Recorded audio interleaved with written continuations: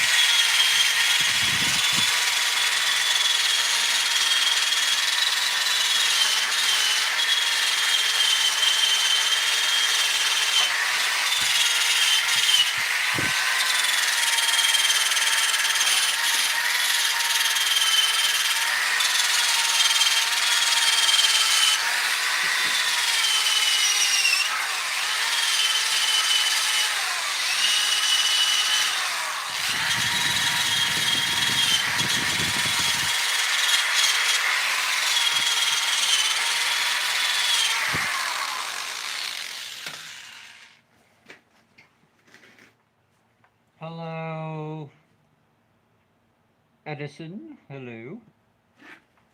Let's see.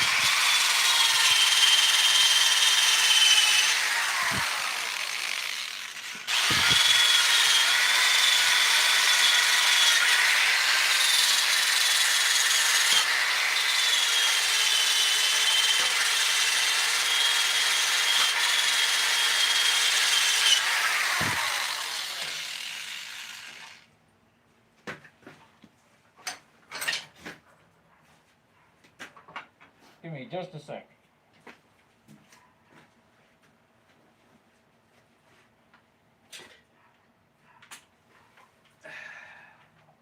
Take this off. Where did I put that?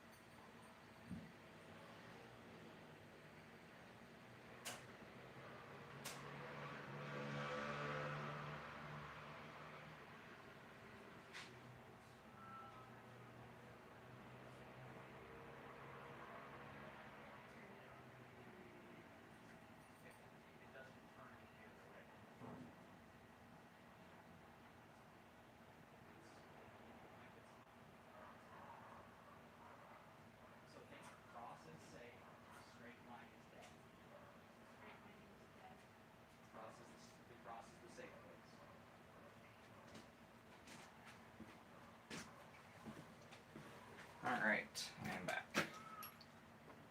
I was doing alright. Just work my way down. This is a tentacle mace. One of a kind. So it's literally a mace holding a bone. Or a tentacle holding a bone, rather. But we're cleaning up the steel after forging, so that way we can get some oil on it, get it all cleaned up, get it nice and pretty for testing, and get a handle wrap done as well. So it's a one-of-a-kind tentacle mace. Thank you, thank you. Yeah, sometimes I make stuff that's not anything historical. Like this is straight out of the imagination.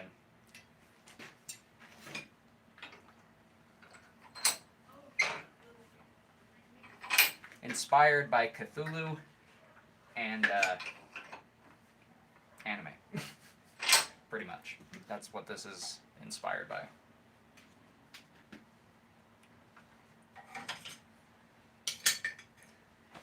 Get my respirator and my gloves back on and keep at it.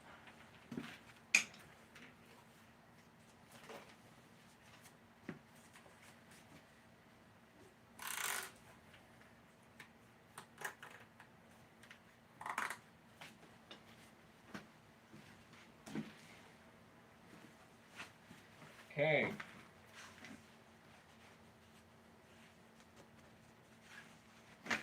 Well, it's not actual bone. Obviously, it's steel too.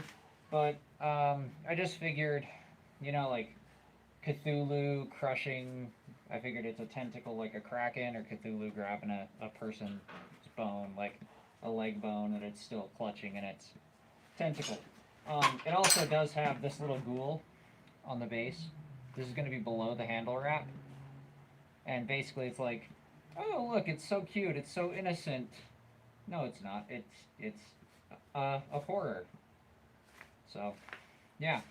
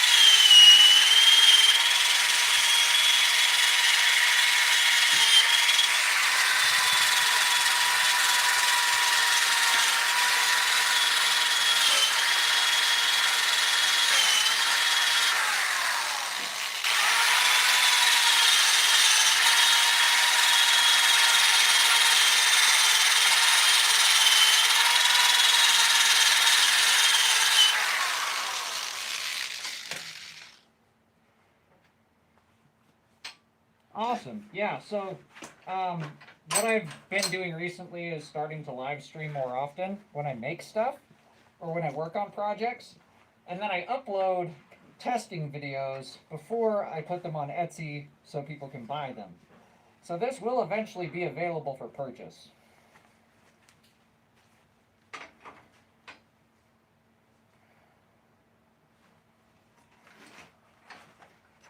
Thank you for subscribing, by the way. That's awesome. I appreciate it.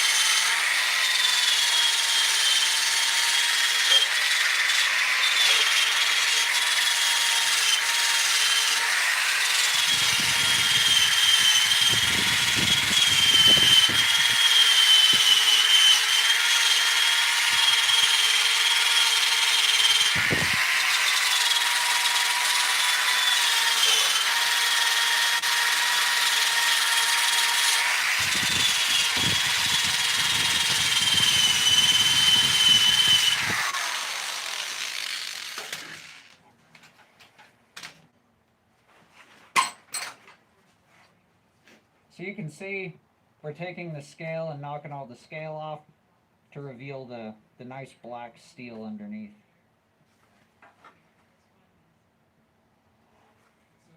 For knocking off the forge scale, I don't know if a buffer would work very well for it.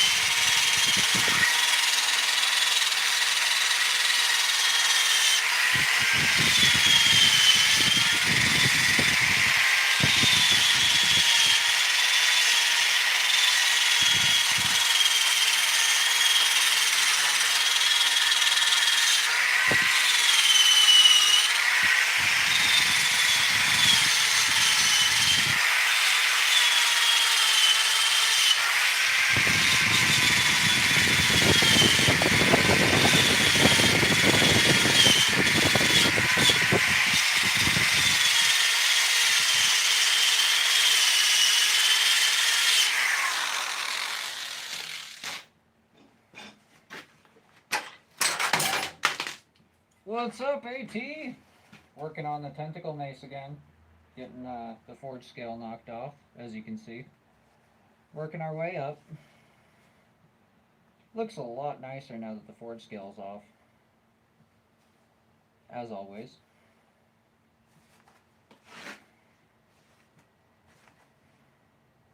That reverse twist is going to be real pretty. and having the tentacles suckers run down that reverse twist all the way up. It was a trick, but it turned out nice.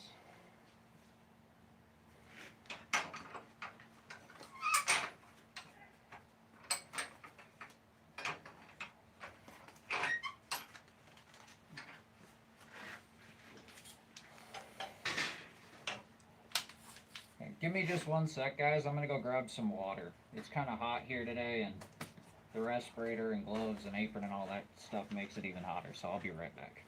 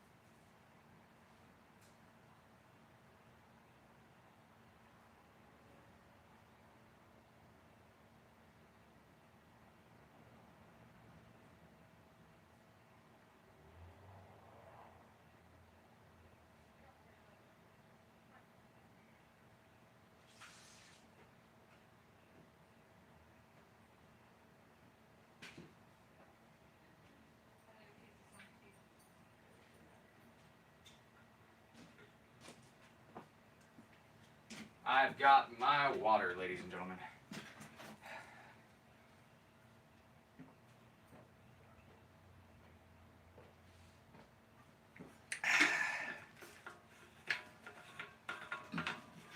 Get the respirator back on and keep on at it.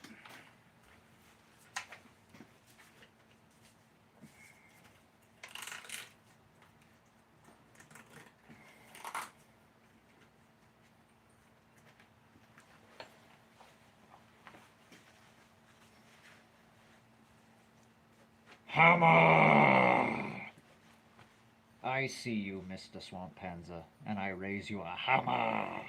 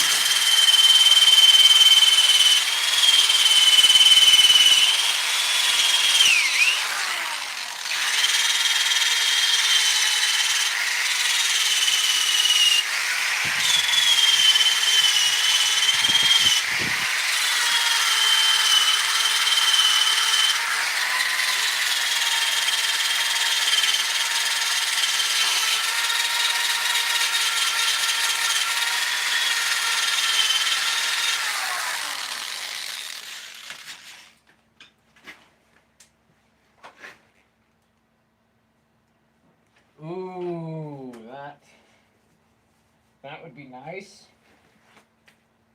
I just don't have I don't have an acetylene torch, and I already heat treated it, so that's gonna be unfortunately a no-go. That would be fucking pretty though. That's a good solid point. I need to get an acetylene torch or a oxypropane torch or something in that nature, because I don't have anything like that in my little shop.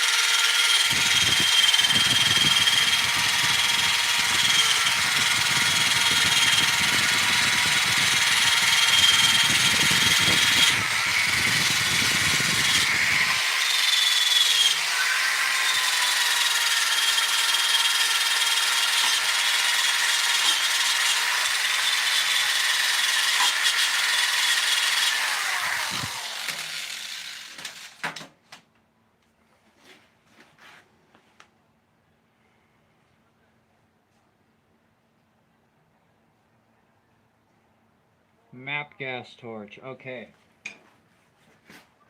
I'll have to look into getting one then. Because all I got is the little baby propane torch, and that ain't gonna work, I don't think. At least it'll take forever. And this is a steel brush. It looks brass, but it's steel. It's just brass coated. So I'd have to go buy a brass brush to do it.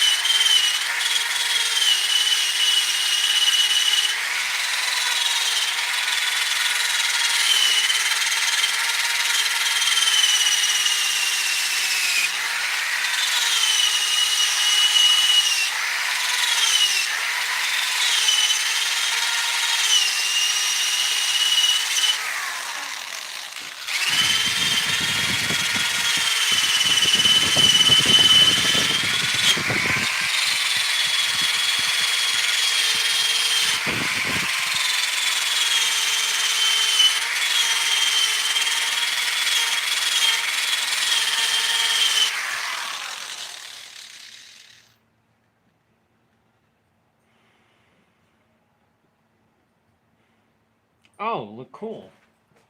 I'm guessing you can probably get those at like a welding store, maybe Home Depot.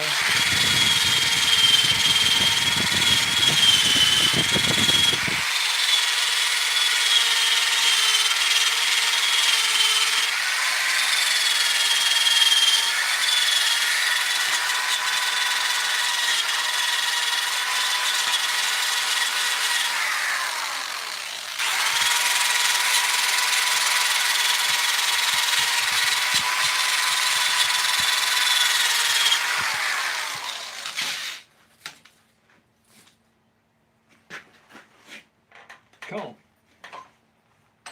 Oh, it's the yellow bottle. Okay, cool. Yeah. That'll be easy enough to get. Maybe I will do that later.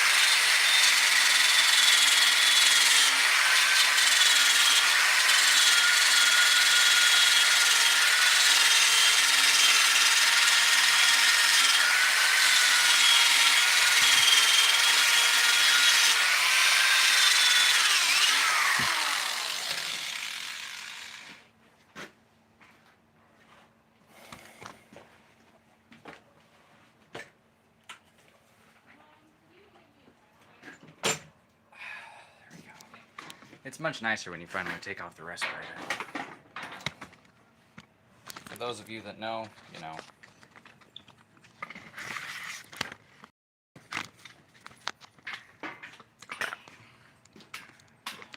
Crap. Drop the chargers.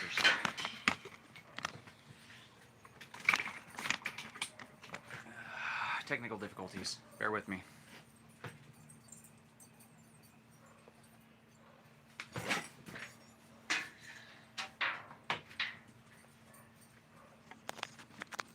Oh, I know. This stream and the last one have been huge. I'm not sure why, but I'm happy about it. That's for sure. Definitely glad, because you know as much as I do how much work it is to do this kind of stuff, and then to have people like just keep swiping on by, and you like that's why I'm doing more streaming in the future rather than more long form videos, because there's no sense for me in filming and then editing and then uploading just to have like 6 views. Whereas if I do a stream, there's 123 people in here right now. Like, that's ridiculous. So hopefully this will be better. I mean, I'm still going to be uploading some long form videos, but mostly like testing videos and projects that I do on the side that I don't feel are worthy of streaming because they're not really cool enough.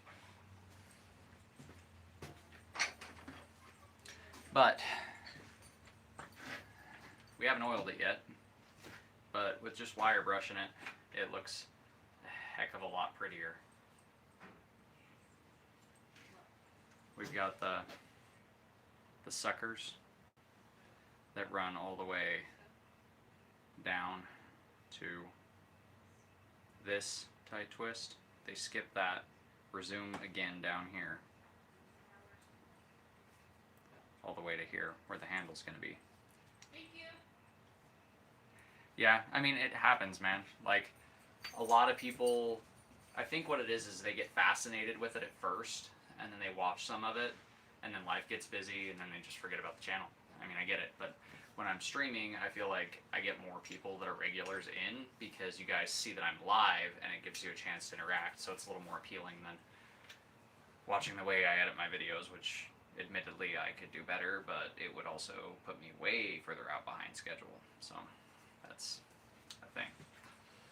But yeah, we've got it nice and unforged scaled. The bone's all prettied up. Whole thing looks very rustic because we've got just the forged scale knocked off. I think what I'm going to do next is go over to my belt and really quickly just highlight the face that has the tentacles all the way down. So that way just those tentacles really show, and they kind of trace the light along that line better, all the way up the leading edge, so to speak, of the mace head. This is definitely not your typical mace by any stretch of the imagination. It's kind of like a root club, but not a root club.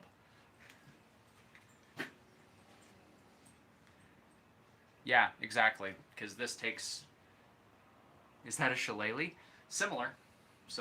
I mean, you could fight with it like a shillelagh or a root club, but it's it's a mace made out of solid steel, tentacle wrapped around a bone. So it's. I mean, you could fight with it like a shillelagh, but it'd be significantly heavier than what you would expect from a shillelagh. But yeah, I mean, it would crush and squish and smash, which coincidentally, sometime in October, the testing video will be up because I'm scheduled out until October on videos. So sometime in October, there will be a testing video of this bad boy, and probably by then it'll already be on the Etsy store for purchase too. So if somebody wants to own this eldritch horror, more power to you. Okay, so I'm going to go highlight this real quick. Let's point you guys in the right direction and get all set up for that.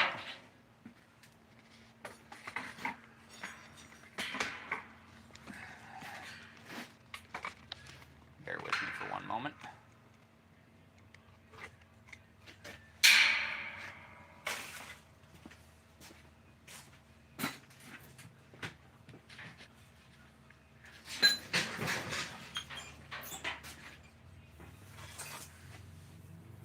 "7-foot German longsword?" ?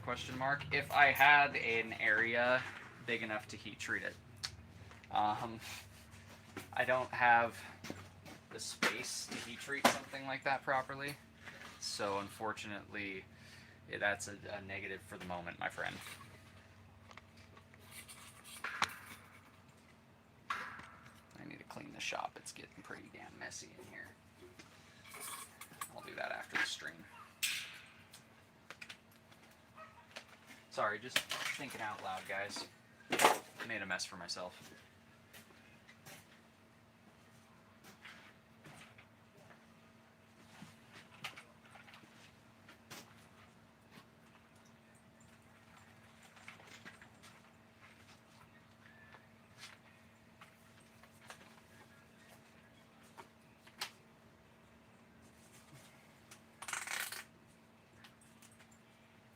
The worst feeling with a respirator is when you pull on your beard hair. Something appropriate for your size, my friend?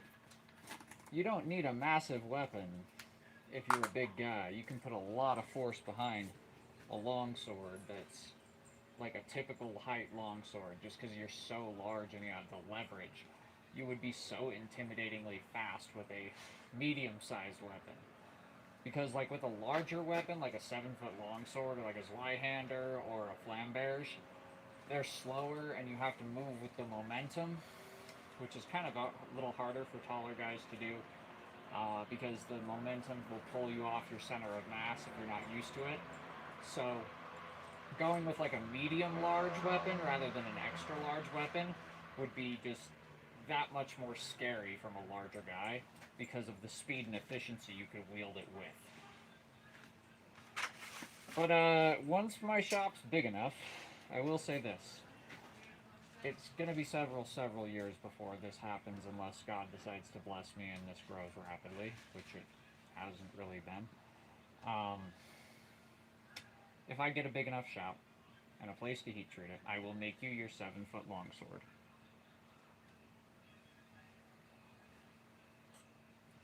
Six-foot beefy guy. You should learn how to kickbox. Big dudes that can kick are scary. I'm over 6 foot and I would use a cat. Yeah, he knows what's up.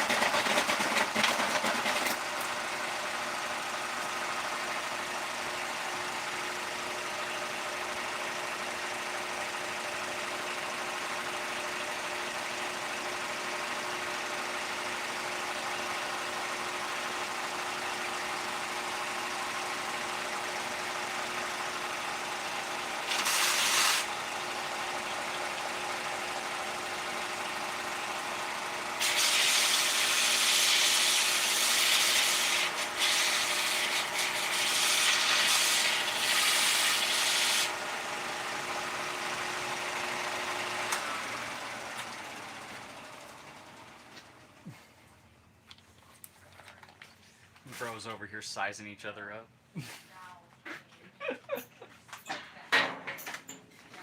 Yeah, well, I'm 5'11" and 154 pounds, soaking wet, so I don't weigh nearly as much as you guys, and I am like at least 5 inches shorter.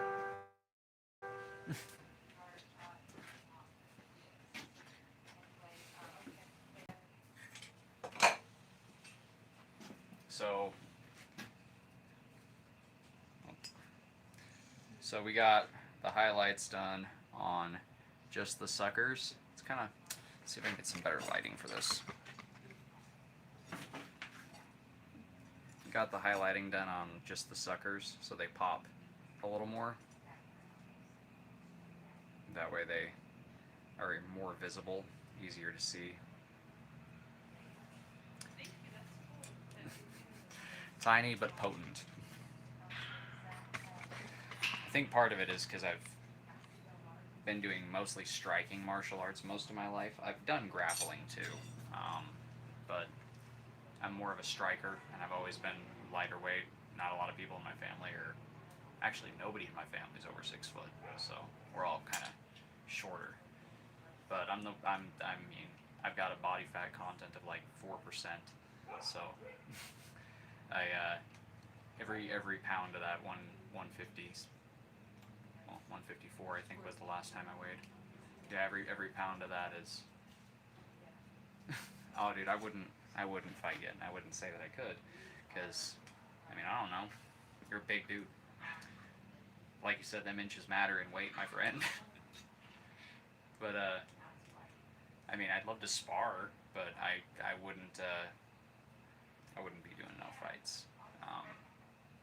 I only use that for self-defense nowadays. I used to do competitive, but nowadays I just teach the family and train. I spar with some friends, but I don't really. That's true. How's your stamina? What's your cardio like? Do you do cardio on a regular basis? Like, do you know how long you can run circuits for of like 20-yard sprints back and forth? Because that's the biggest downside. Not great. Yeah, that's cardio is a huge thing, especially if you're a bigger guy. You got to fuel all those muscles. You got to fuel all of it with oxygen and everything. So you got to keep that cardio going good. Hello, APK. Where in USA is this? Utah. I'm in the desert, but I got grass and trees. Go figure. Okay, I need to get a rag towel so I can wipe this down and knock all of the dust and grime off of it so we can get a better sense of how it actually looks now that it's been brushed.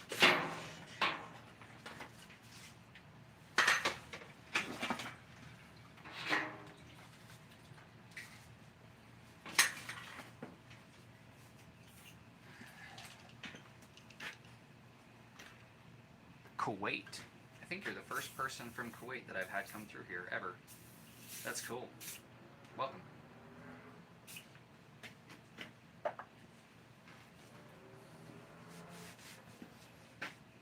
Hey man, do me a favor. Can you leave some other rest of us? Oh, I already got mine, man. Me and the wife got together back in 2014. So she's been putting up with my ass for 11, almost 12 years. Any woman that can put up with me that long is a keeper. So I got the one I want. I don't need to look around. I'm not a window shopper or anything. You can have all the other ones, man. I got the one I need.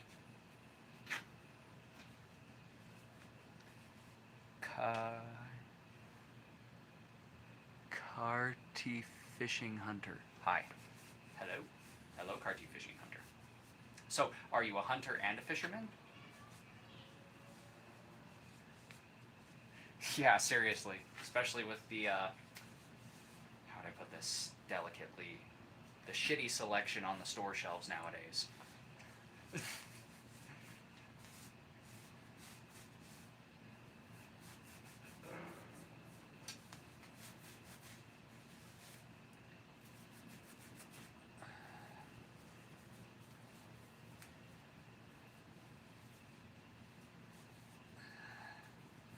It's like if I wanted to buy a used car, I would have bought a used car. But I like my shit new. So I got a new car. And I kept it.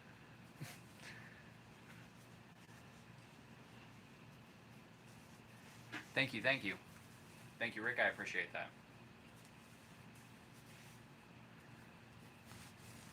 Oh yeah, a good quick oil and wipe down makes a big difference on this kind of stuff. Especially when you have all the curves and twists of something like this. You really gotta, twist it as you pull it.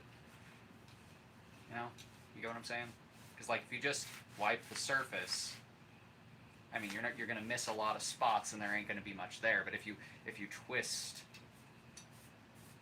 back and forth and follow the grooves, it gets all the spots much better. And you can't forget to get all them little strange places around that swell at the top. If you were just listening to this and not actually watching, you'd be thinking I was talking about something entirely different. And I wouldn't blame you.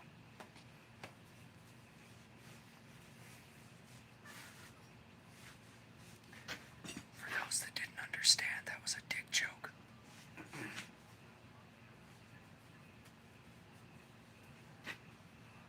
I'm with you, man. 11 years. Damn. Oh, how did I miss that one? What am I making? Tentacle mace. A one-of-a-kind abomination unto the Lord. It is. Got it all wiped down, so now it's clean. I just need to get better lighting. There we go. Yeah, it's got essentially a tentacle wrapped around a bone. And the bone is welded to the tentacle before it got wrapped. Thank you, thank you. It's got suckers that go down one edge of the tentacle twisted. The twist goes down and reverses, and then it restarts the pattern on the other side all the way down to where we're going to have our handle wrap, and then we've got a little monster on the bottom. So it's kind of like, you see that, and then the tentacle with the bone is actually what's hiding underneath. And then with that reverse twist in the tentacles, it looks rather cool. It either looks like it's expanding or contracting. Thank you, Tommy. Vibrating. That's cool, thank you. I appreciate that. So yeah, the next step in this process is going to be one of the longer ones that's probably not the most entertaining, which is where I'm going to be wrapping this with jute twine / sassel twine, then doing a burn off. I don't have the resin that I usually use to seal it right now, so I'm just going to be able to get as far as getting it wrapped, getting it burnt off, getting it ready there. So that's probably going to be what we finish up on. So I'm going to stick it in the vise, grab me a chair, grab my twine, grab a pair of scissors, my torch, and just hang out for a while. We can chit chat while I wrap a handle.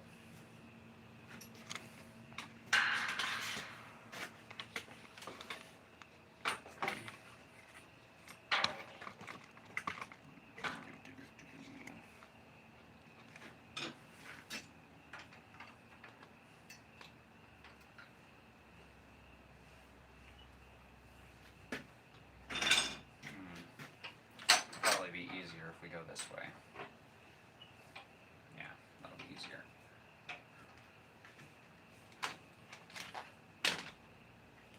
Maybe scrape some of that off if I can.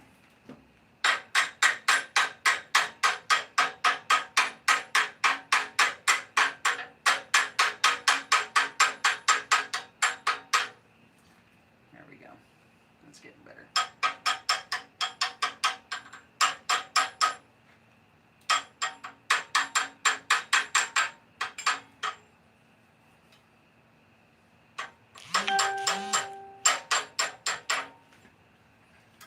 Much better. Pine resin, yeah, that does work good for a sealant. That's a good one.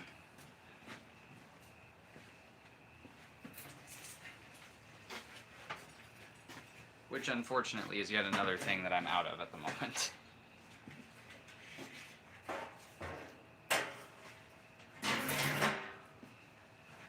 Now, here I have a quandary, gentlemen.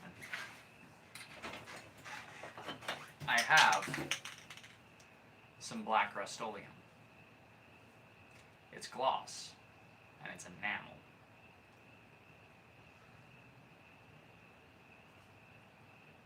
What do you think? Should I? I think it would cheapen the aesthetic, but half tempted to. Not gonna lie.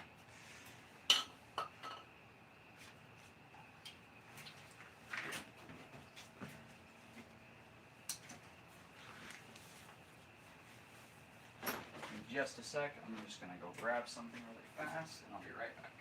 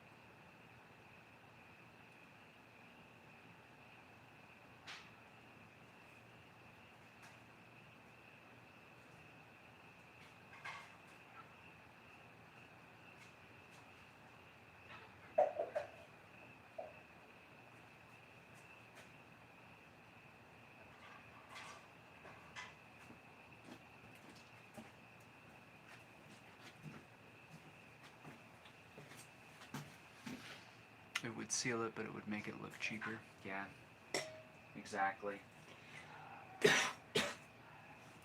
That's why I'm avoiding the idea. Some things that sound good in your head don't look so good when they're finished, and you know exactly what I mean by that. You've been doing this a while, so you know exactly what I mean by that.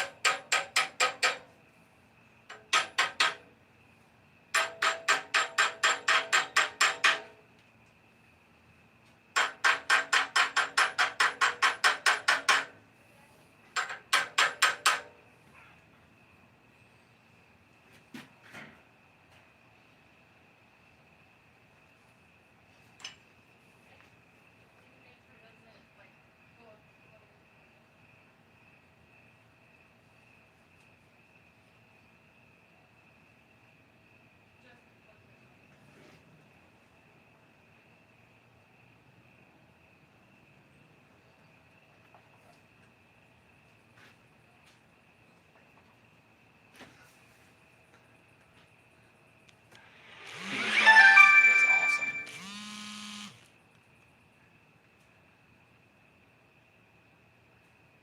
I do have a block of beeswax.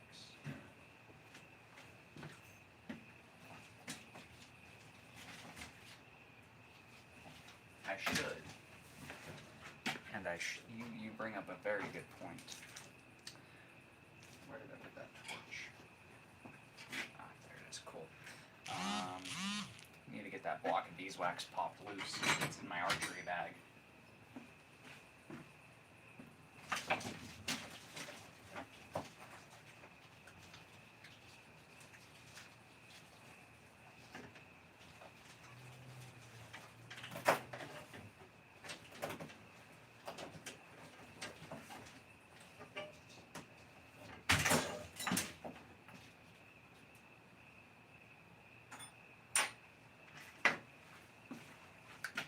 Right there.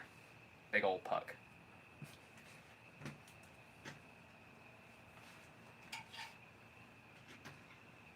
We'll do that first.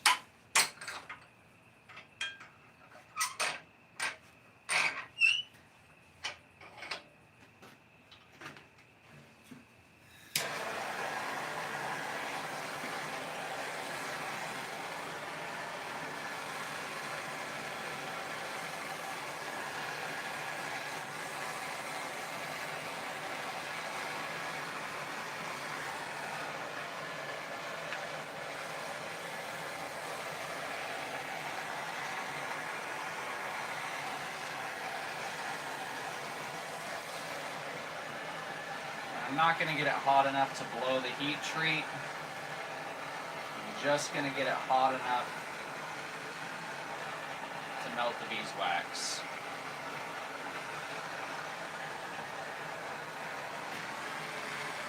What's up, J.I.J.? How you doing, bro? About to coat the tentacle mace in some beeswax. AT gave me a really good idea.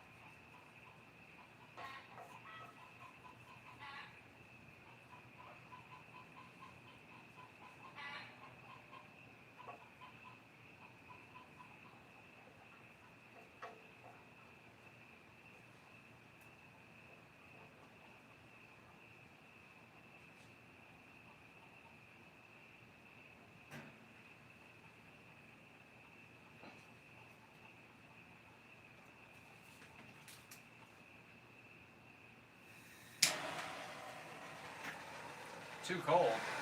It was melting onto the surface and melting into the, like it's absorbing it into the surface. I was just barely touching it. Oh, to smoke? Oh, okay. So heat it up more. Got it.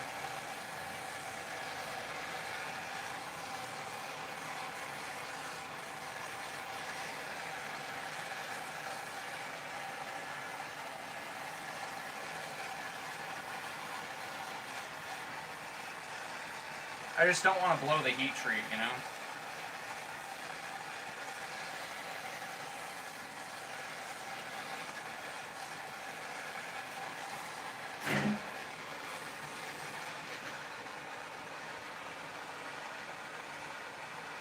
Okay, so 375 to 450. So I'm not getting any hotter than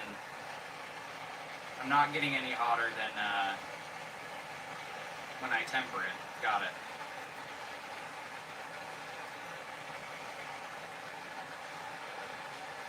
Good to know.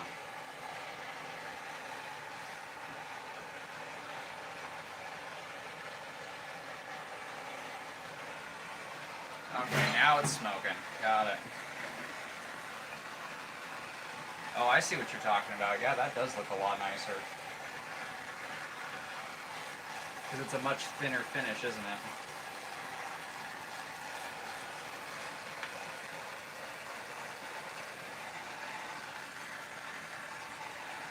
Oh, that's nice. What I had left is running down the handle as I do this, too.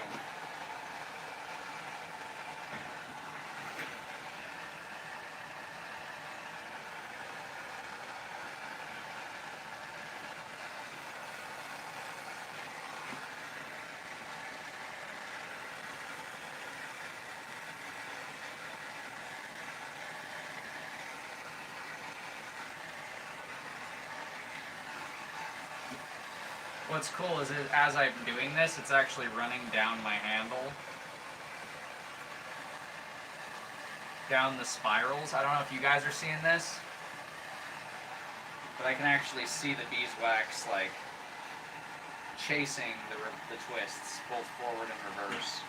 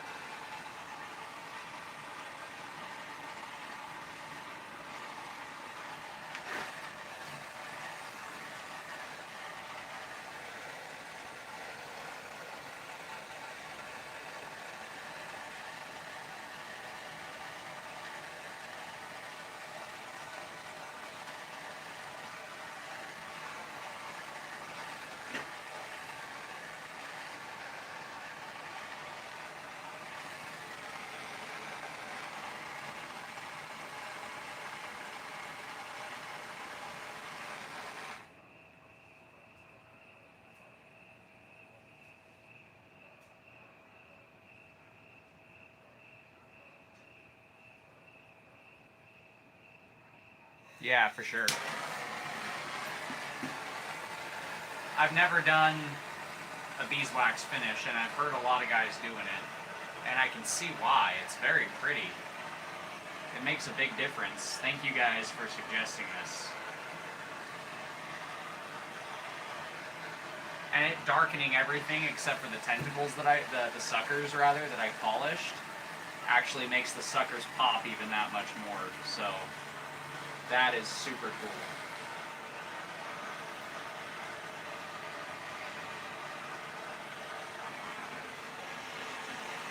Carnauba? Does it have a lower melting point or something? Or does it just give a different finish?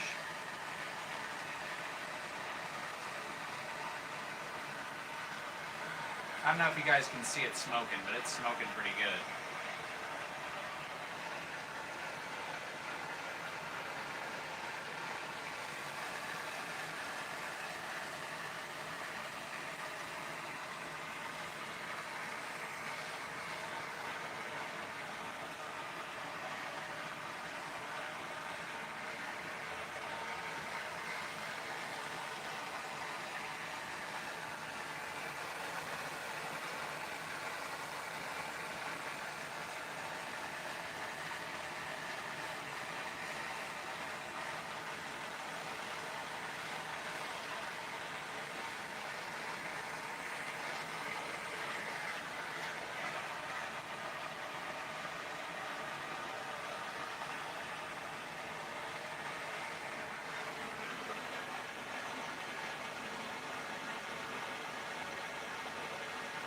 Okay.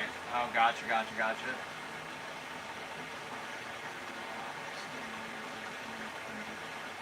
Oh, okay.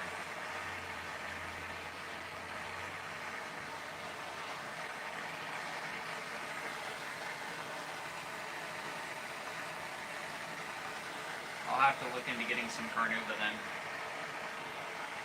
for when I run out of this beeswax puck.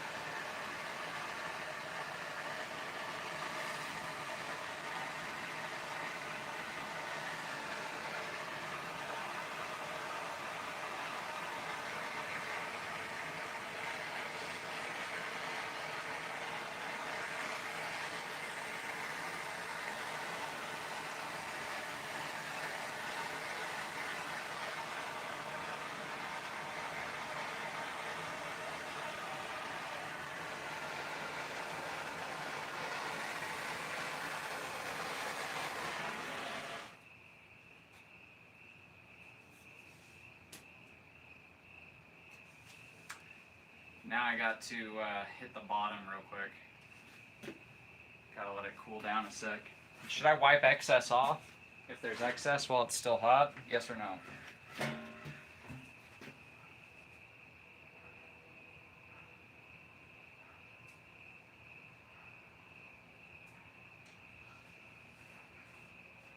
I'm gonna say yes.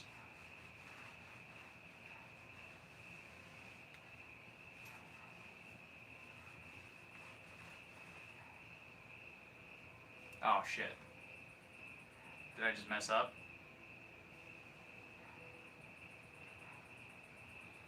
Doesn't look like I took it off the surface actually.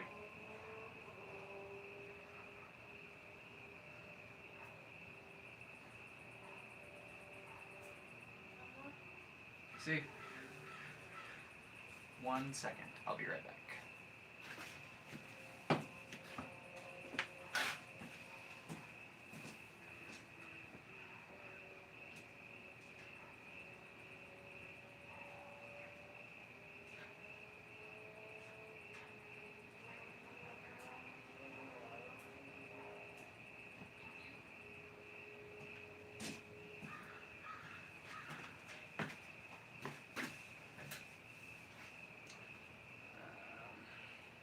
I don't need to wax where the handle wrap's going to be. But I do need to wax the monster. So, flip it around.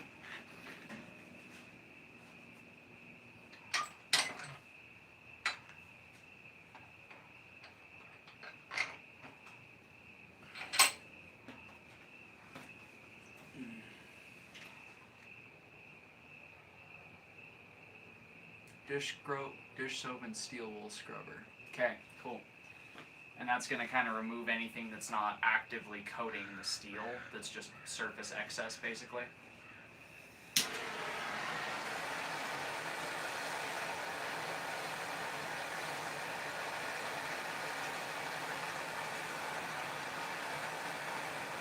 Lightly whip it. Let your kink show, my friend. Let your kink show. I'm just joshing you.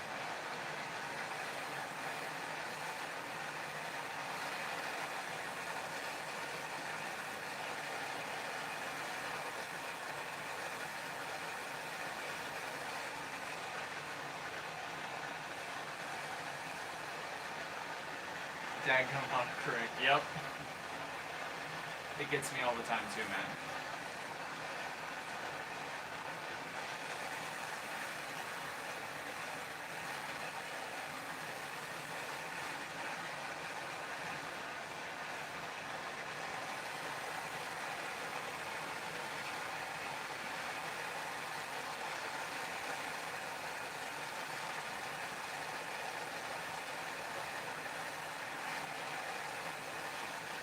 I think this little guy's hungry for fire.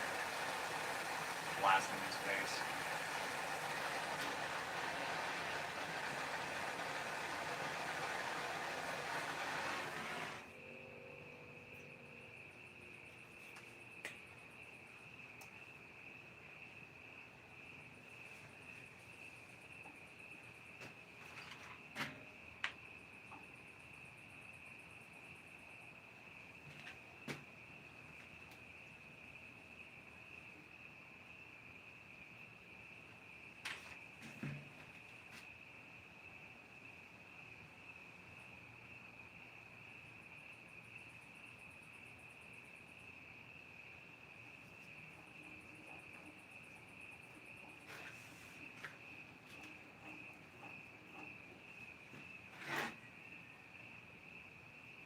Even though the handle here is going to get wrapped,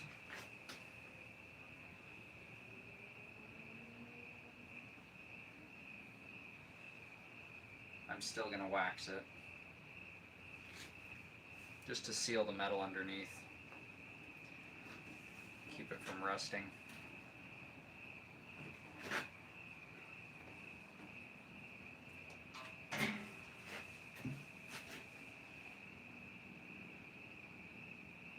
The autocorrect shows the truth. It knows your kinks, my good man.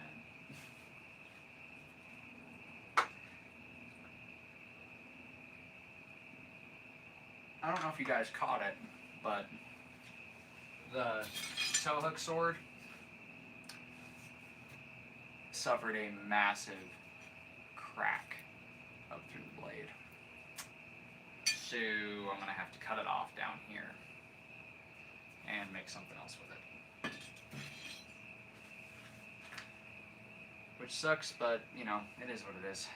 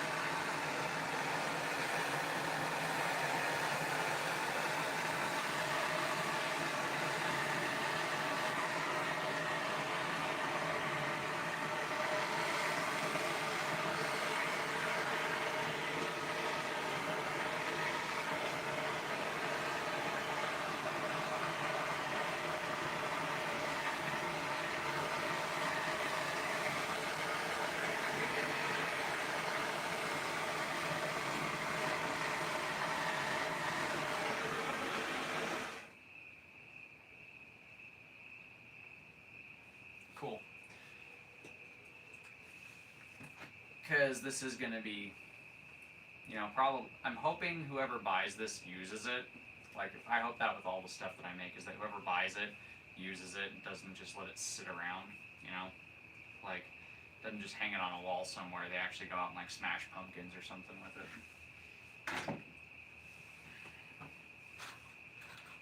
Because, like there was you know, the maces that I make that have the 4 flanges? Had a guy buy that for his wife. And then they sent me a video on Etsy of them using it to smash a table together on Valentine's Day. That was just...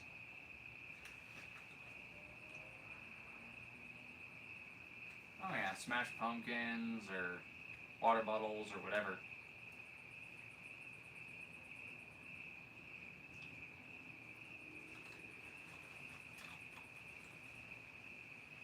Okay. Gently. Gently. Like the man said, gently.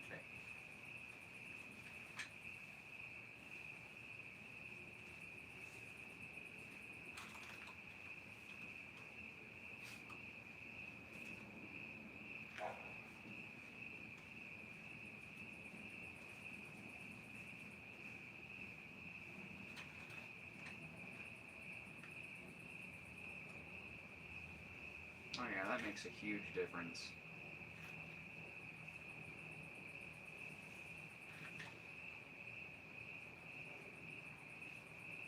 Oh yeah, the Freedom Senders are always fun.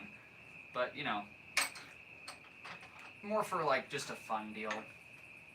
Like just something you can do with your buddies, or something you can have on your man cave wall where you and the boys can be like, let's go out in the backyard and smash some shit. You know, just something for fun.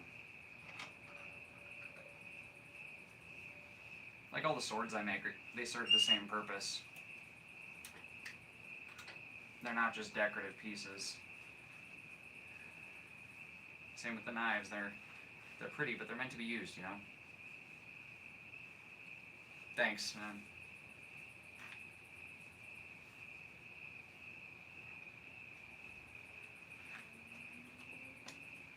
Make one of these? Yeah, it's not honestly too crazy.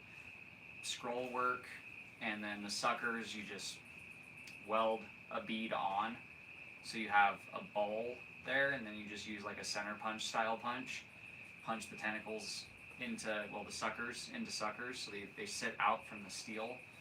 Taper your scroll like you do, and then before you scroll it up, when you make the bone, weld the bone to the very tip of the, like the flat side of the bone, right here on the bottom is welded to like a C shape that goes around it, that I wrapped around it so it fits tight.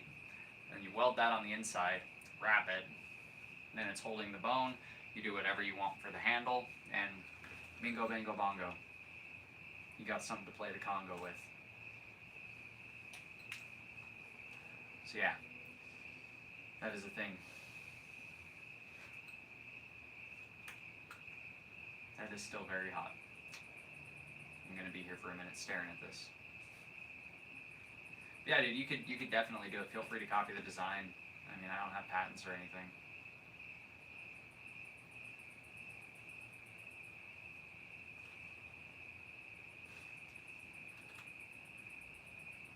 I have done forge welding. What have you made? An abomination, my friend. An abomination is what I've made. Right now I'm letting it cool down because we just coated it in beeswax, but it is a tentacle mace holding a bone. It's about yay long. Maybe about the 4-pound range. It's a pretty hefty head because the bone adds some weight. But yeah, solid steel construction. Gonna have a handle wrap here in a bit to it. It's peak, as the kids say. Thank you, Scott E. Is it Scott E or Scotty? Scotty! What have you done with my lunch money, Scotty? Or is it the beam me up, Scotty?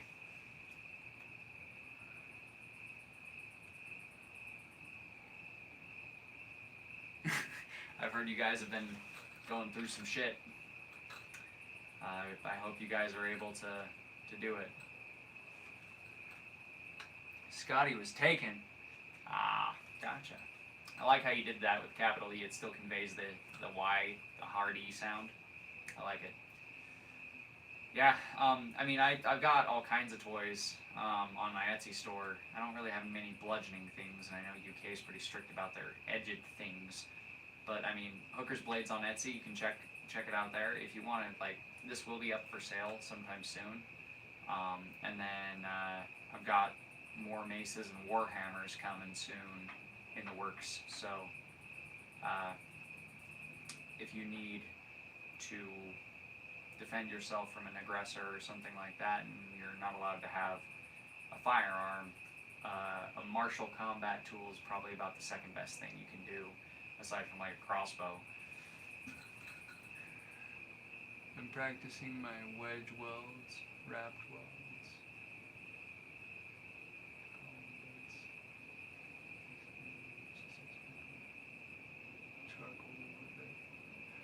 Yeah, I've only forge welded a couple times, and I'm not the best at it. I'm still practicing. Right now, I'm just doing like the basic like wedge welds or butt welds or whatever you call it. Not where you weld flat end to flat end, but where you have scarf, boom, weld. I've done those a couple times. Done a couple pieces of chain link. I've seen collar welds done where you wrap it around and forge the collar, and I watched Mark Asprey demonstrate that at one of the Blacksmith Guild meetings that I went to, and it was complex to say the least, but he made it look too damn easy. Yeah, I need to practice more. What Canada said about home invasion? No, what's that?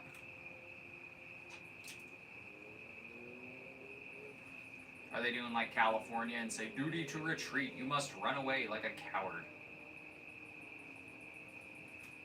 Because we don't play those games here in Utah. We got castle doctrine shit here. In fact, in Utah, the law is if you commit a felony on my property, I can shoot you. So, that's one reason I like Utah.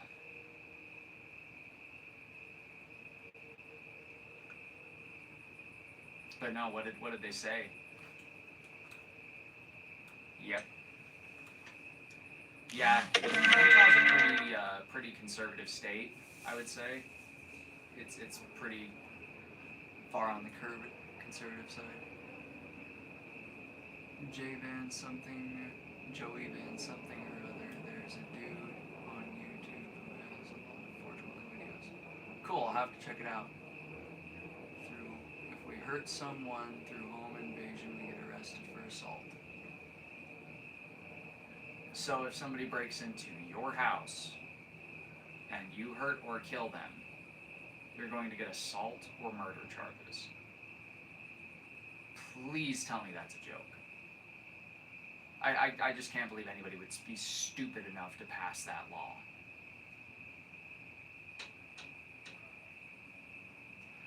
San Francisco and LA. Mm-hmm. Yeah. Well, I mean, California's always rioting about something. It's only when they burn down most of their city it's a problem, but yeah, for sure. Even if they break in and injured themselves, well, excuse me? Yep, constitutional carry is a beautiful, beautiful thing. I mean, I almost always have my pistol on me, unless I'm out here in my shop because it's in my yard, and I'm surrounded by weapons out here. Welcome to the UK.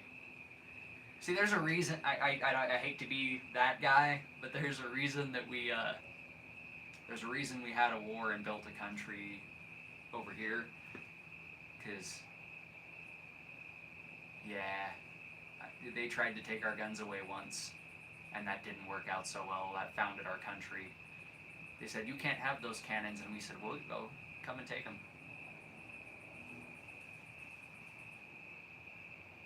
Oh, yeah, exactly. There's only certain pockets in California.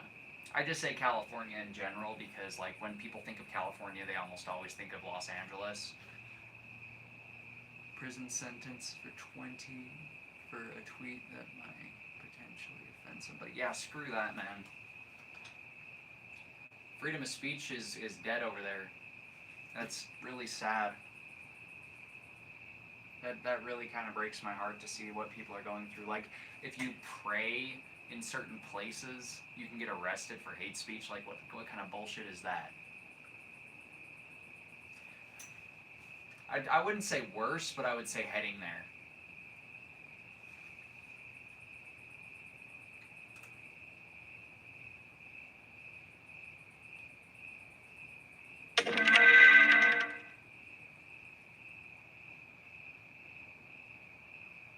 Nice, nice. Yeah, I've got a few toys. If you look on my channel, you can see a video about the 9mm carbine that I built.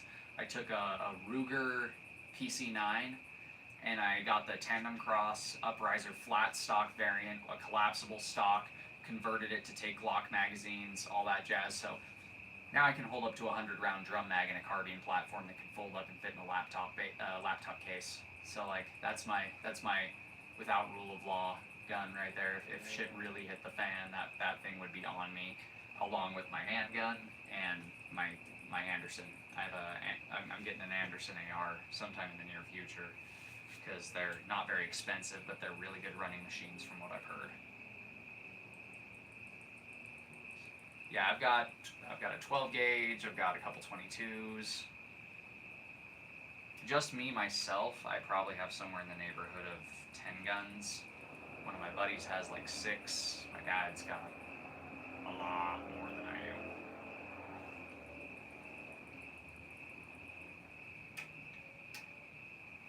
It's almost cool enough to start doing stuff with up here. I think I'm gonna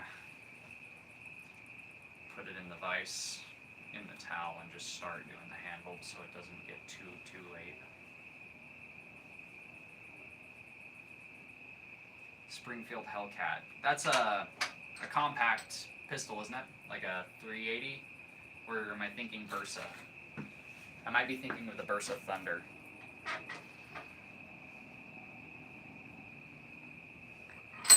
Check the news on the 13th of this month. Huge matches through London. Interesting to see if it makes mainstream media. Bug out AR plus Coyote AR. Deer gun. A few 12 gauges. Yeah, 12 gauges are fun. Handguns are fun. My dad's got some nice 44s. He's got an old Naval black powder, and he's got one of the Taurus 44s with the bull barrel. And I am halfway between being convinced to purchase one. It bucks like a goddamn Bronco, but that's half the fun. As every gun owner on planet Earth will tell you, the recoil is half of the fun. The other half of the fun is what happens to the target. Marches, huh?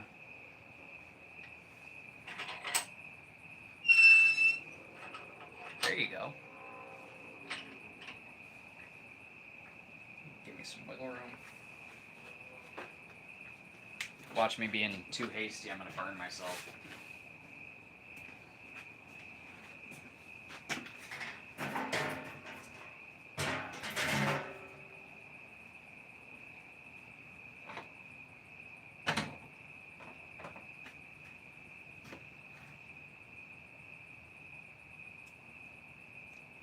Yeah, 357 mag's a big boy cartridge.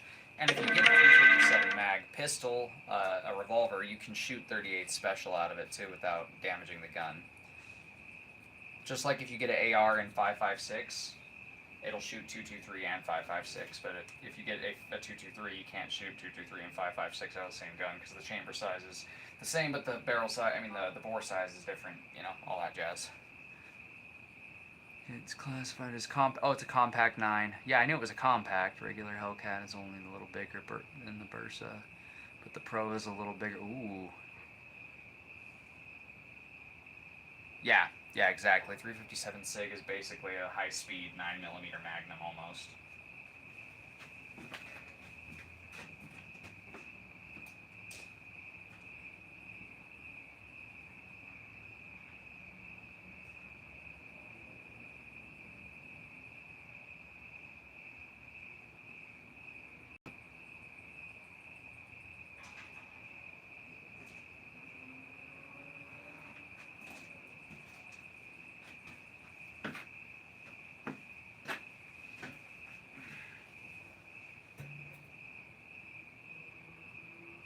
Oh, for sure. You too, man. Have a good night, J.I.J. It was good talking with you. Always is. So is the Hellcat Pro? I'm guessing like the bigger ones have bigger magazines, probably all double stacks, judging by it being, it's a SIG, isn't it? It's probably a double stack, so you're looking at probably 16 to 18 rounds, something like that. For sure, for sure. Thanks for dropping in, Scotty.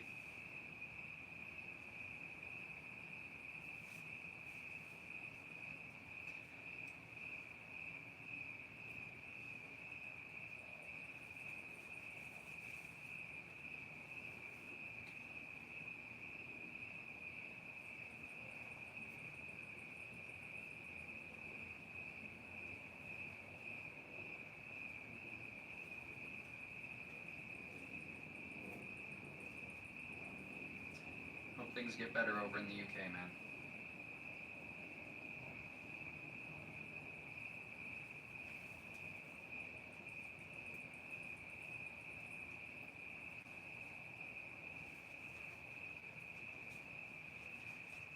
And see, we're gonna have to do this wrap in a couple of layers for this handle, but that's okay. Springfield, and yeah, double stack. Pinned it. Gotcha, gotcha.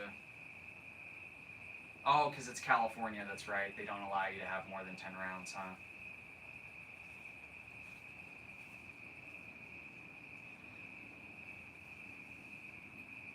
I mean, unless hand size is a problem when it comes to, because you're a bigger dude, like unless your hands are too big for like the compact, if the compact holds 10 or whatever, I would say just go with the smaller gun so it's easier to conceal, bro. You know? Because I've got a Taurus, and it's a compact.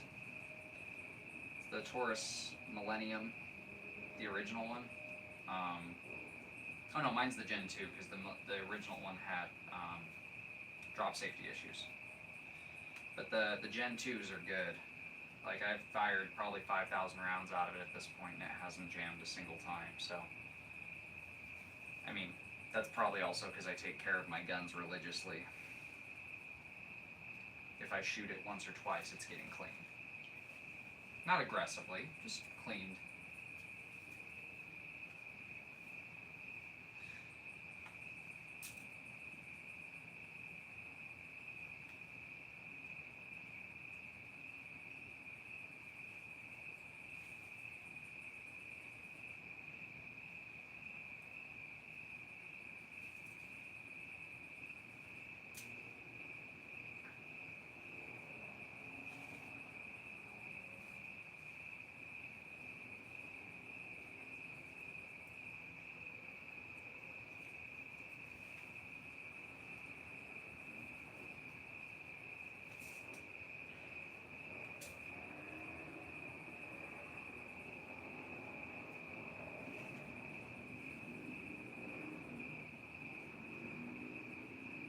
Gotcha.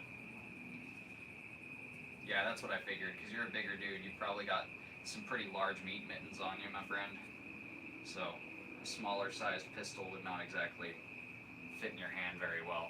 Me being, a smaller guy, a compact is, like a compact or a subcompact is perfect for me. Subcompacts feel a little uncomfortable, but compacts are just like perfect. Those XL handguns just feel so weird in my hands, man. Like I've held a Deagle before. It was weird. That's true. I mean, 1911's 8 rounds. So, yeah, you can always take a 1911. If you can't kill somebody with 8 rounds of 45, something's wrong.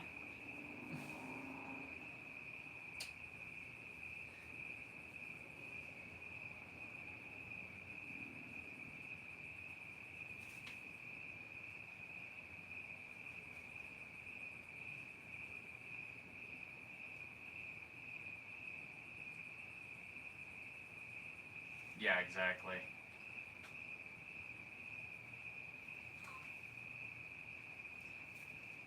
I just like having the 12, the 9, because the 9 mils that I have are plus P plus hollow points.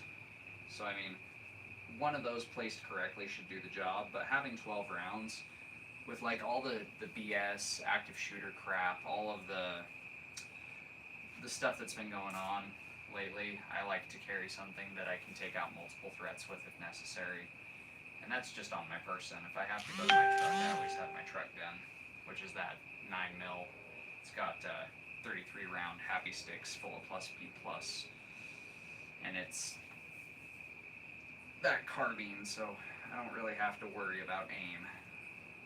If you've shot guns for any length of time, you know that aiming a long gun is much easier than aiming a handgun. Hello, Christian. And most practical.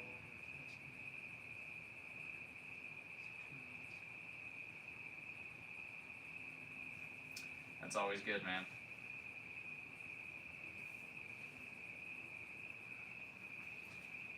Yeah, the ammo I use is from a local company here in Utah. I can't remember the name, but they're at pretty much every gun show.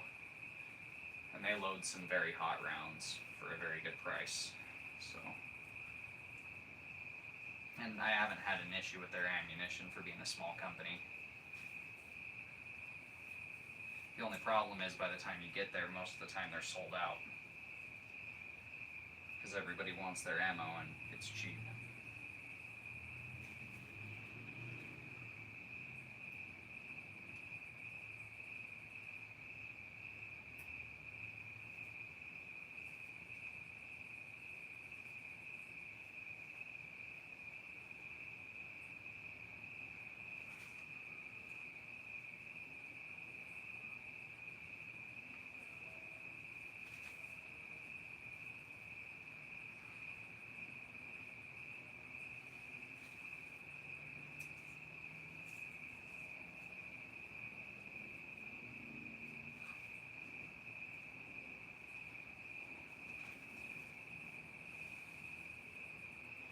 So what I'm going to do before I do anything else with this handle wrap is build up a couple of bolsters on the top and bottom of the handle. Wow.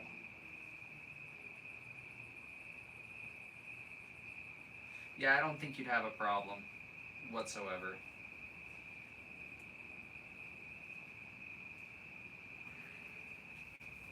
I don't practice shooting as often as I probably should, but I shoot quite often. I practice hand-to-hand combat stuff, empty-handed, knife fighting, stuff like that way more often. I never really show the knife fighting stuff that I practice on YouTube or TikTok just because I already get enough jackasses that think they know how fighting works commenting in my comments section that have absolutely no idea what they're talking about.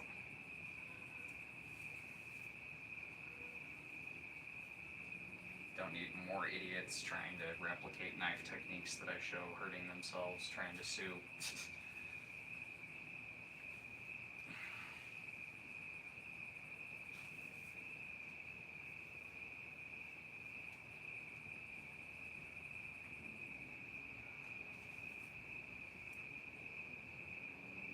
Oh, I bet not, man.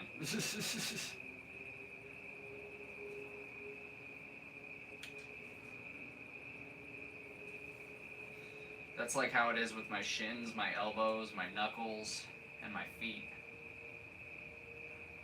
Just smashed them into things way too many times to feel much.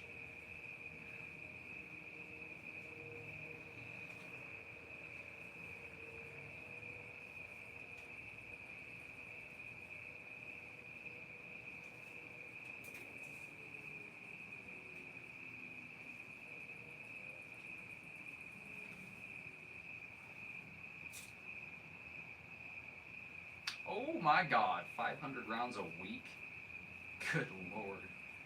Yeah, what were you shooting? Were you shooting birdshot, buckshot, slugs? Like, what were you throwing out of that? Were they 2-inch, 2.5-inch, 3-inch, 3.5-inch Magnum cartridges? Like, give me the deets, my brother. As the children say, spill the tea. At least that's what I've heard they say. Again, I'm not hip with the modern lingo, as they say.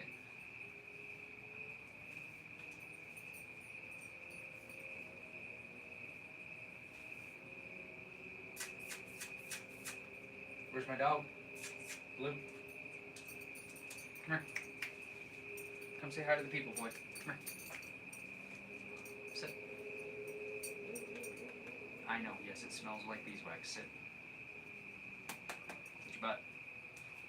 Good boy.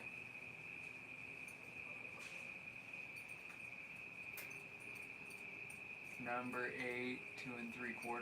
Yeah, 500 rounds a week of that will definitely fucking make your shoulder not feel anything. That's a good dog. What are you doing out here, huh? Did your mama let you out here to go potty? Yeah, you was sniffing around the shop anyway, huh? You were sniffing around the shop anyway. Yeah, okay, hop out. Out of the shop.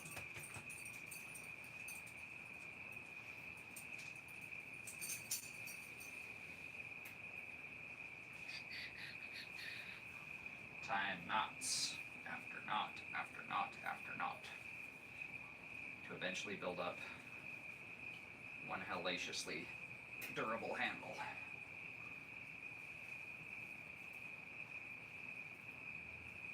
Because this thing's gonna need it.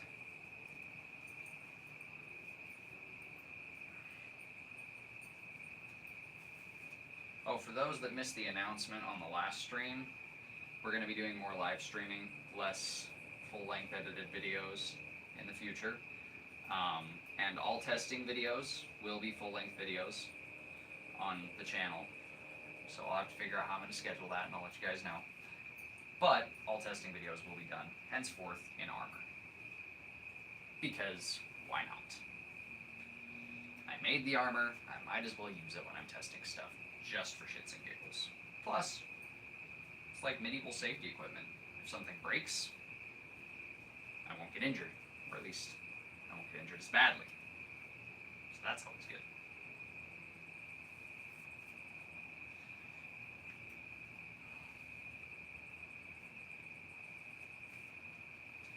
Give me just a moment. I'm gonna go check on something. Make sure my dog isn't trying to get after my neighbor's chickens again. Because he likes to do that. So I'll be right back.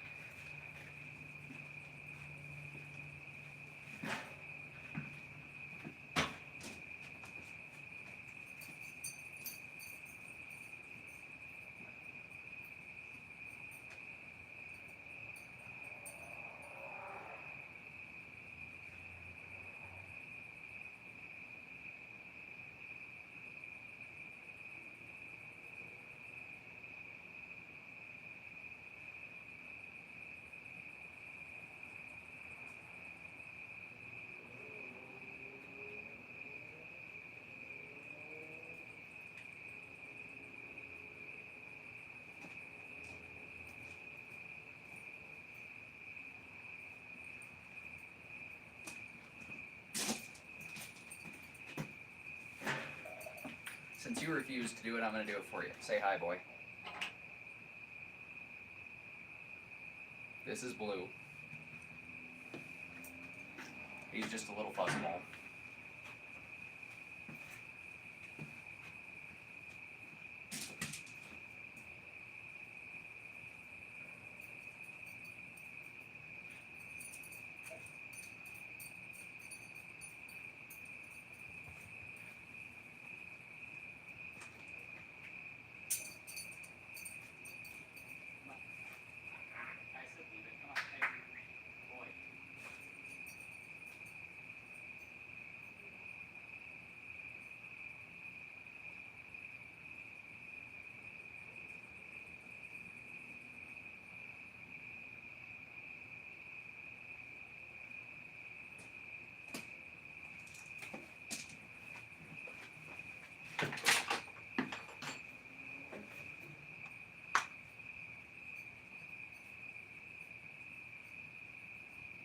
Oh, you warped it? Well, I mean, 500 rounds a week, you were shooting a lot, probably in succession. and reloading as fast as you can to fire in succession again. So I'd imagine your barrel got mighty hot.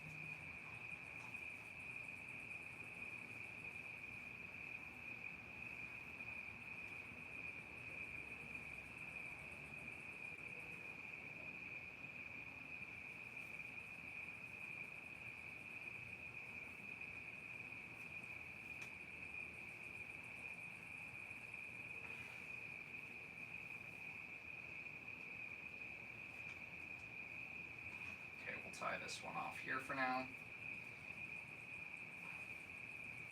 Where did I put those? There they are. Okay, and then we can start the other way.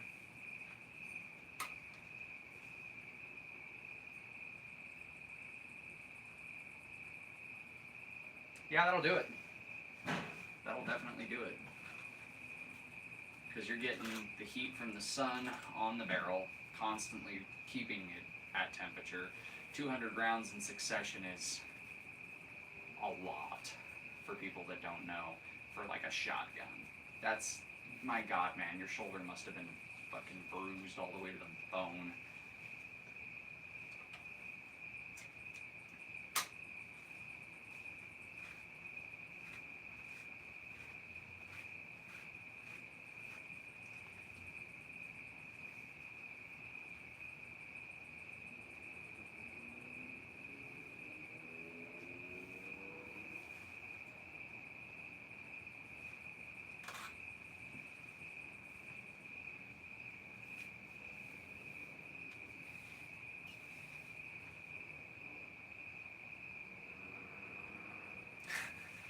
Oh my God. Just from the heat, the radiant heat from the sun and from the gunfire. That's absurd.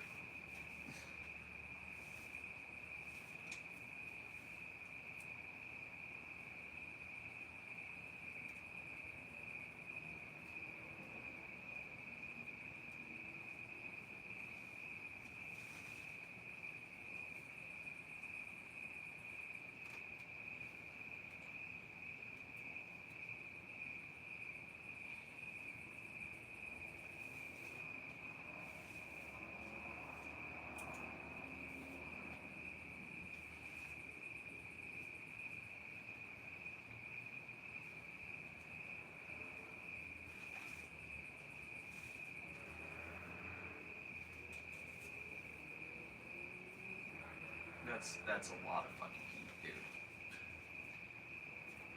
I'd imagine you were wearing gloves when you were shooting it, or at least on your lead hand. Because, like, you could burn a gun up doing that.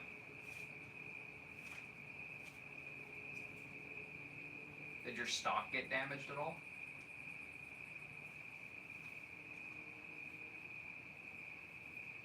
How's it going, Ethan? Good to see you, man. Wrapping a handle on the tentacle mace.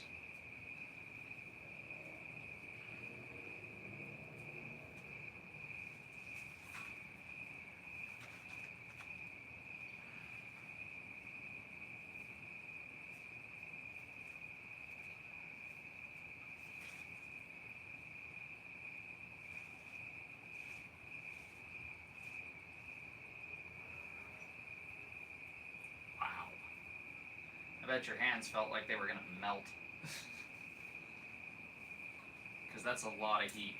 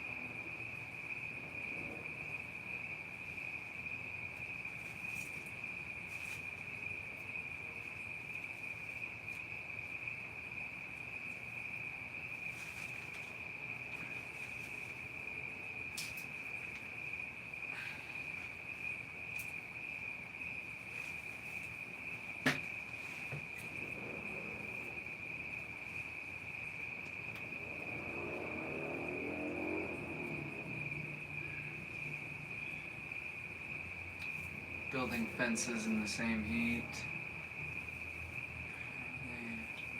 Not really. Okay, so yeah, you're used to it then.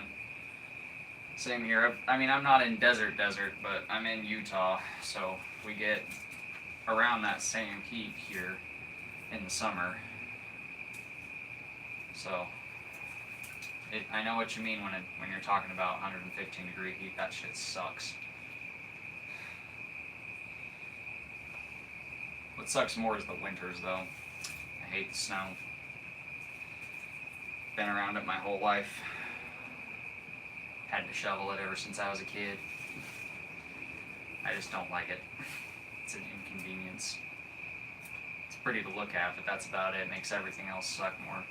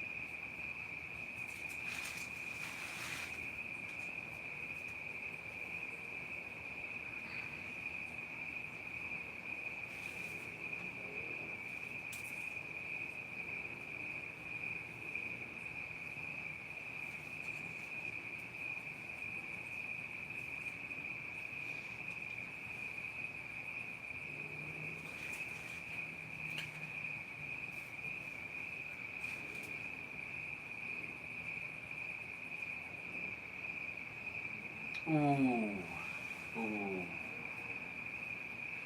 Yeah, Remington 870s are beautiful guns.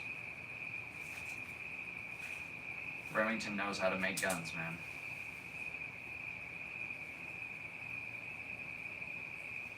They've been doing it a long time. Winchester's really good too. Ruger's good. They make good stuff. I like older companies. I'm not much of a Glock guy myself. I don't really care for them because they just, in my opinion, they look too blocky. But, you know, everybody's got their own opinion about what guns they like and which ones they don't, so.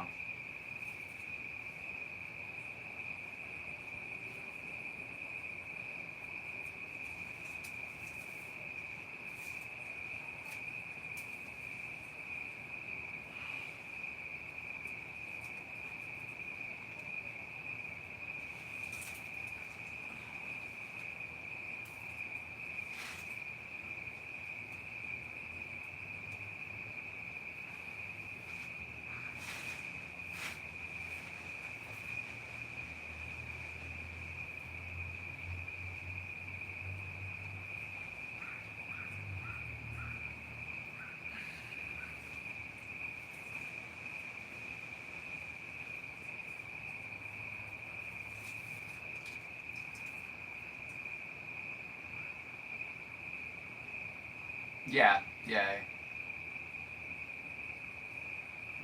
that is for sure. Older guns are really hard to find replacement pieces for. My dad picked up a Winchester 3030, an old Winchester 3030. We're talking like 1901.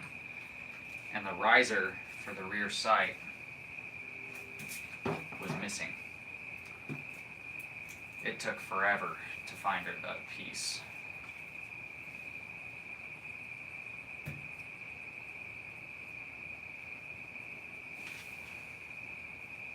Oh, they're nice guns.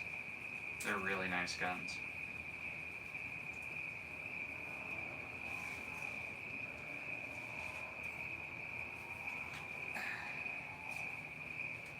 I like repeaters a lot. Nothing quite like the sound of a lever gun or the action of a lever gun, man.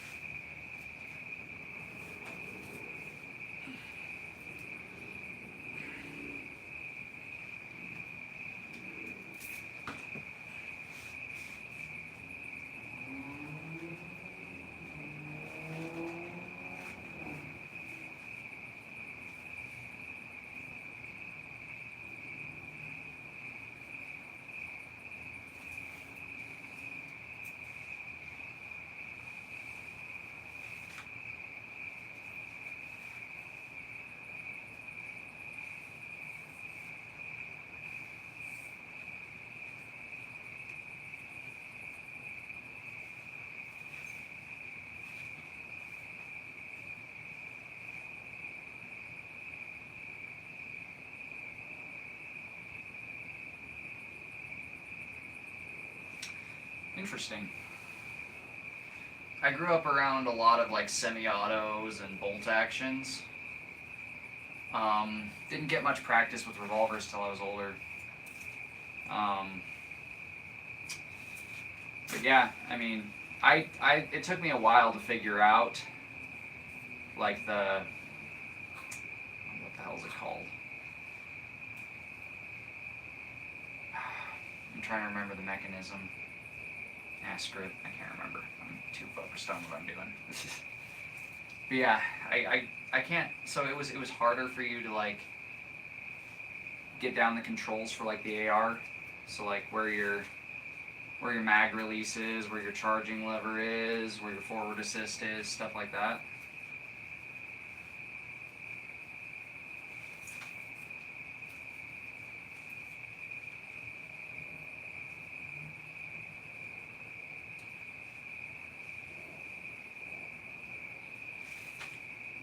That's intriguing. I bet you're accurate as hell though, because growing up with those types of guns, using single fire all the time, you have to be able to hit your target on the first shot. So I bet you're hellaciously accurate, especially doing the competitions and stuff.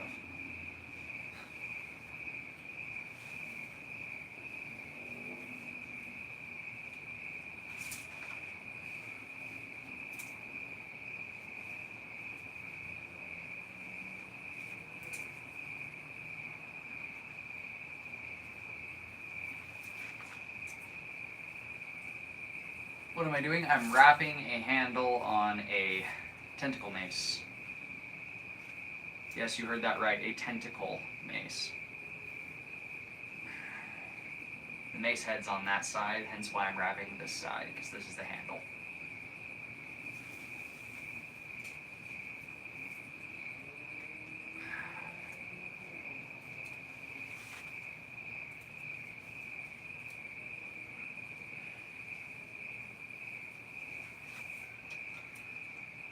Semi-auto handguns just felt weird.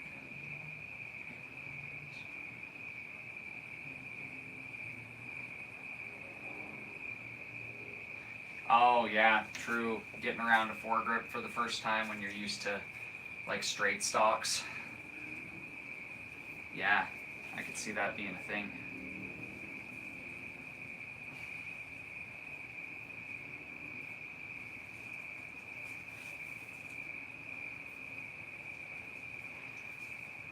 Yeah, and the recoil is much different if you're not used to firing semi-auto because it snaps when the slides action.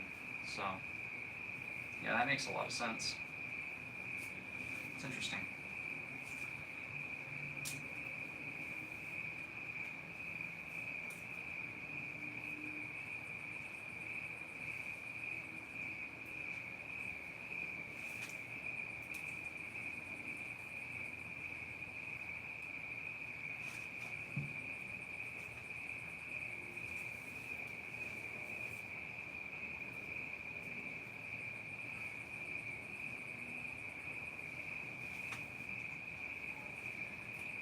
Now I'm just going to start working on making a couple of swells in different areas on this handle. First we're going to start with one in the middle. Little high middle.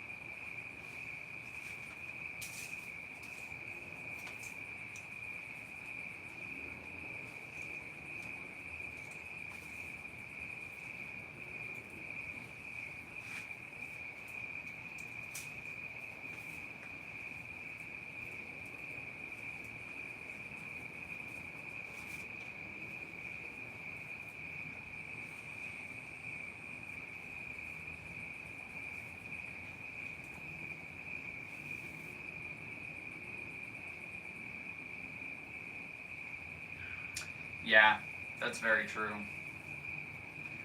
The way they reload, the way they fire, all that stuff. I mean, you can get speed loaders for a revolver, but you can't get magazines for a revolver, you know?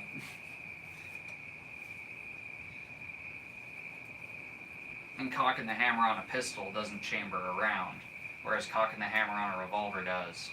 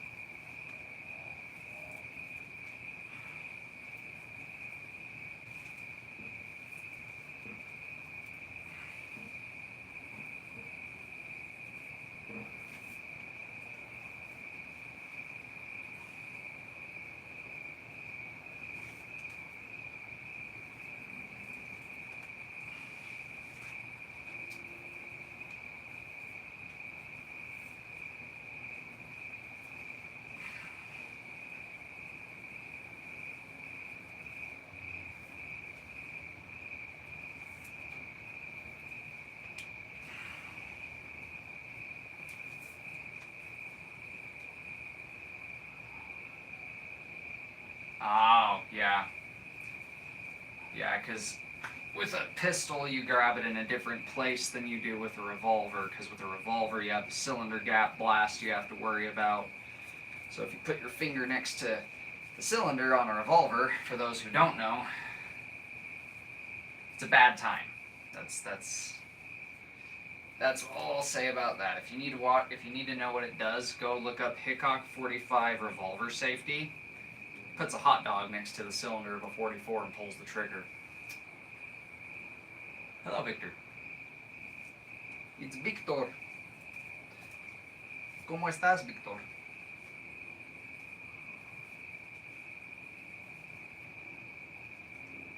And they used Colt single actions, no speed loaders. Yeah.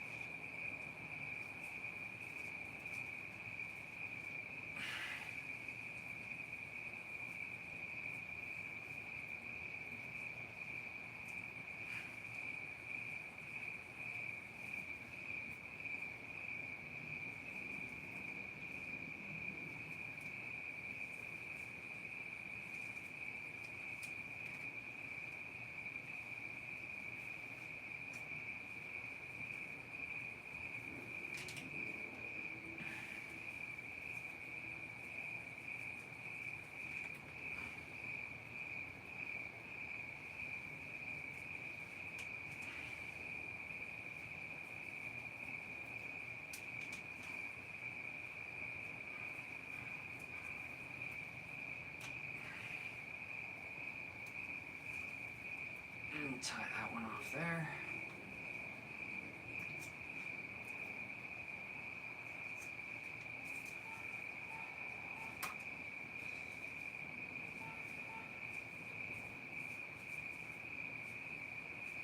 Cool. Now we can do one at the top and at the bottom.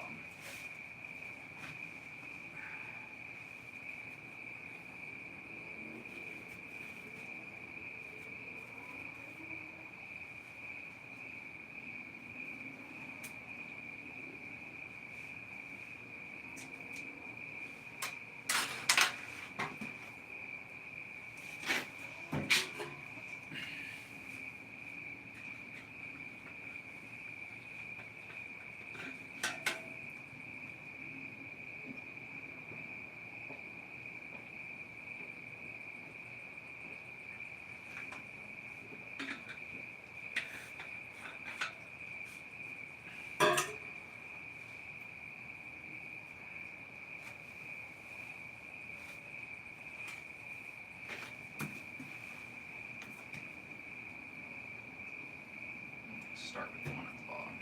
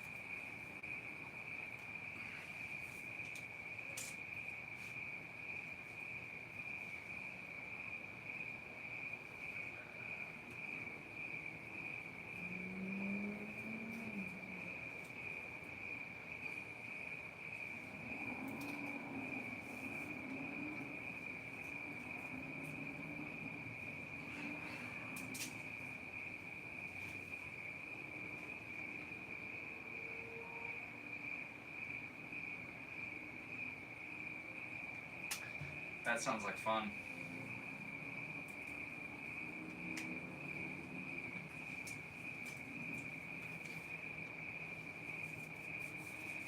Yeah, with me, I'm looking at that Anderson AR right now, because I don't have my own AR yet.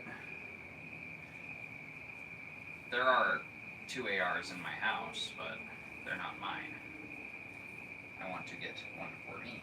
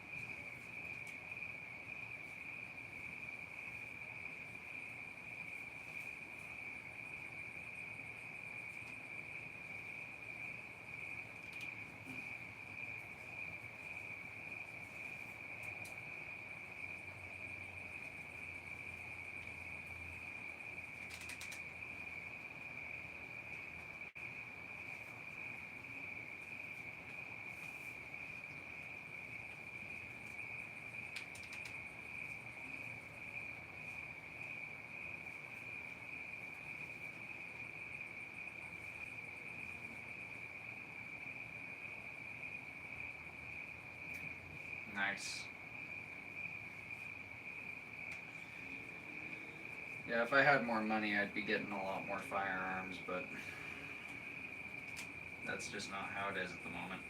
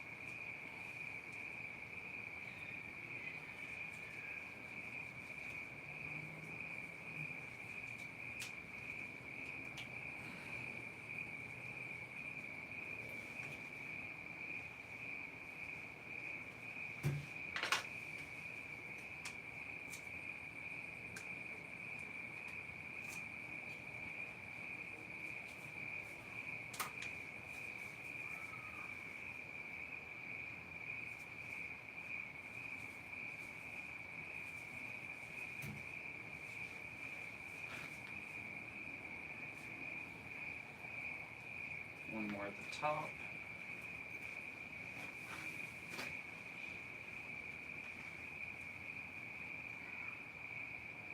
Oh yeah, same here. It's been, well, it's already been 2 hours. Well, I mean, we did wire brush it on stream too. And that was probably the first hour. So.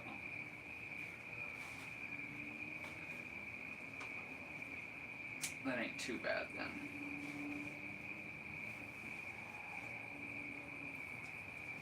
It's pretty late though. I worked a long day today.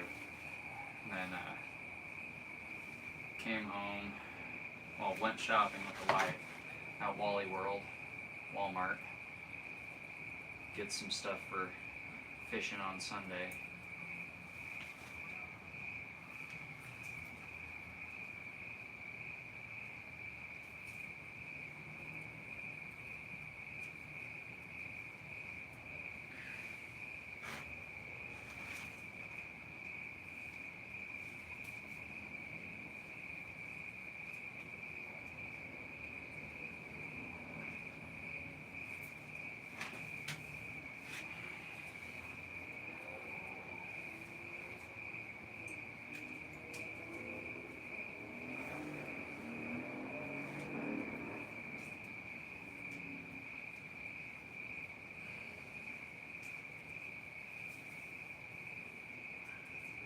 Oh no, I'm gonna get this done first. Gotta finish the handle, man. I gotta finish what I started. I have insomnia anyway, so odds are I'll be taking a shower and staying awake until 4:30 in the morning.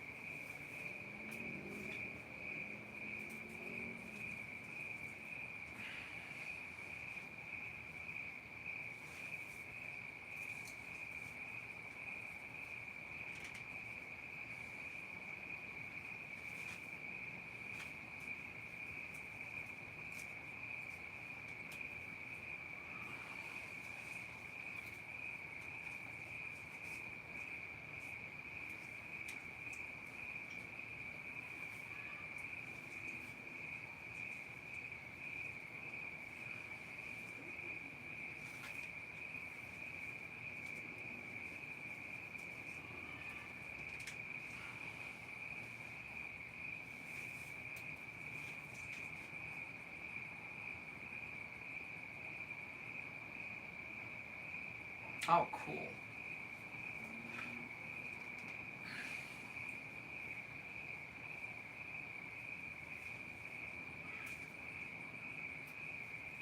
You're not jinxing it. You're not jinxing it. You got this. You got this. You are going to get time to light your fire maker, stick steel in it, and hit it with a hard stick with a piece of steel on the end.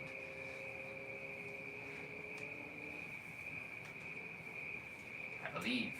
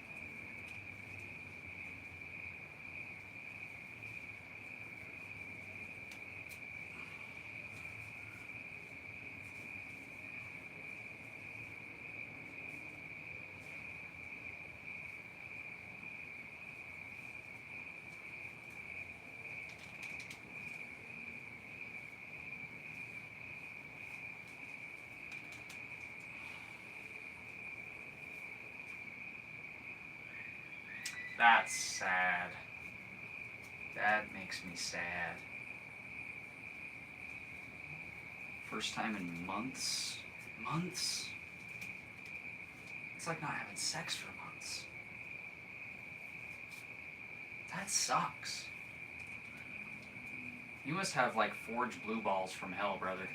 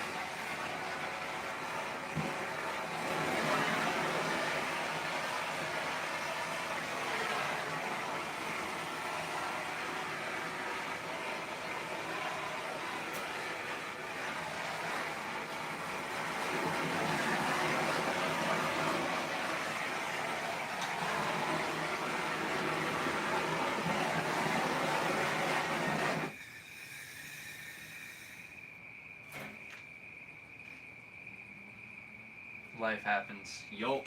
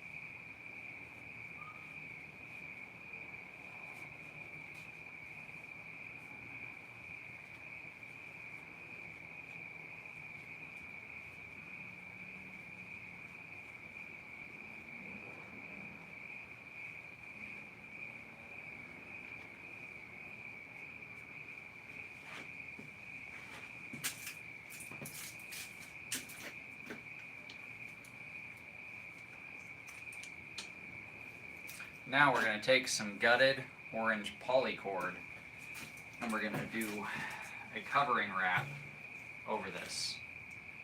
This is going to have a bright orange aesthetic to it for the handle wrap.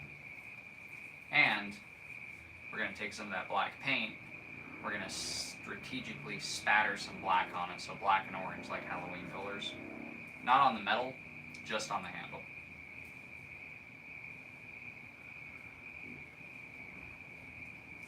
We're going to do a different type of wrap than what we did before with this too. This should be much faster.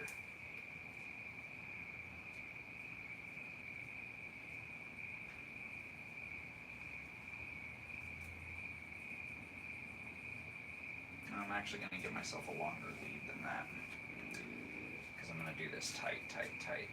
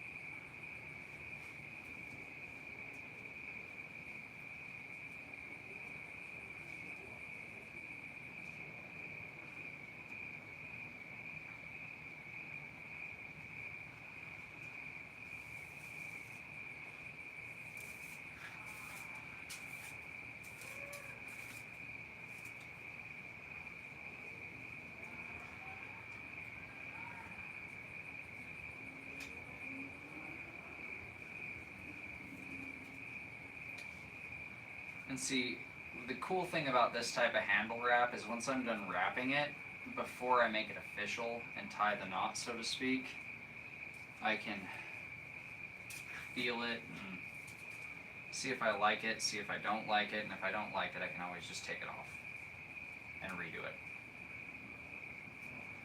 Ruben, hello.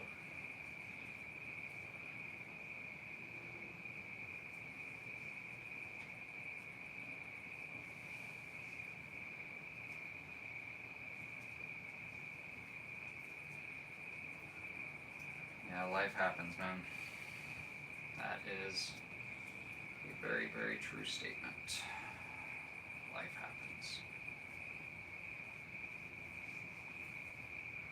It's unfortunate, but true.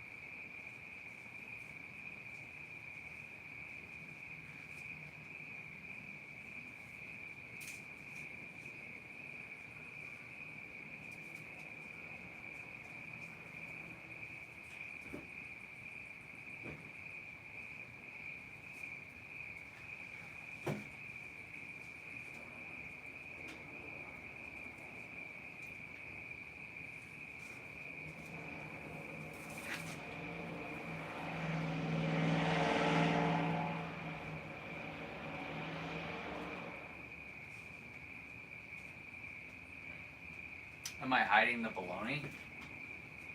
Not at the moment.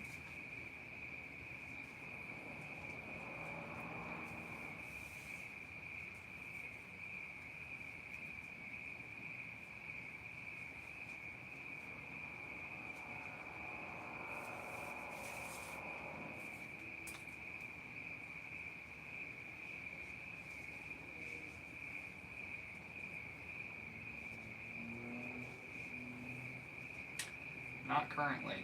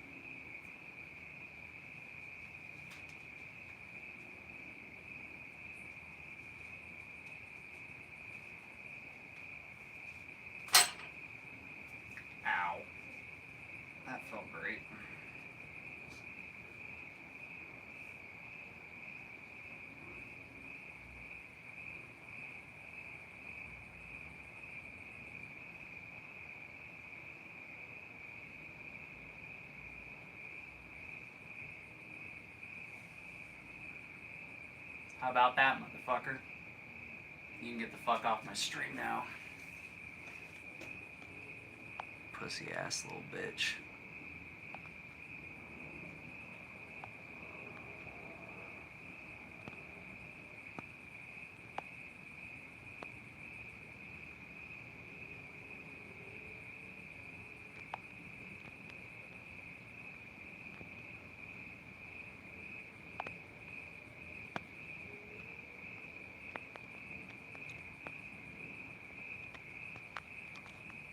Fucking fags.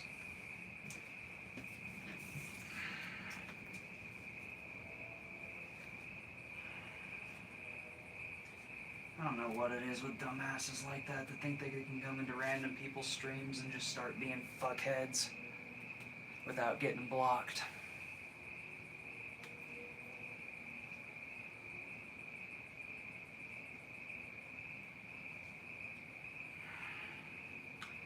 Tell you what, I'd love to catch them fucking in the street though. Teach them how little they know about being a man.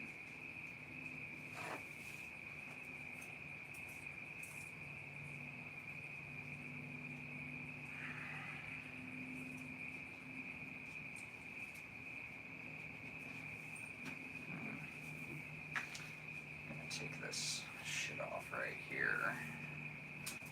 Change that up a little bit.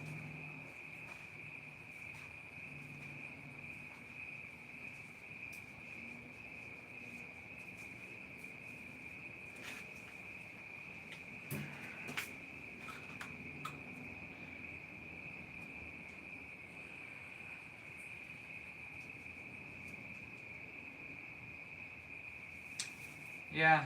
That and they're the result of inbred fucking. And their daddy never beat their ass for acting up.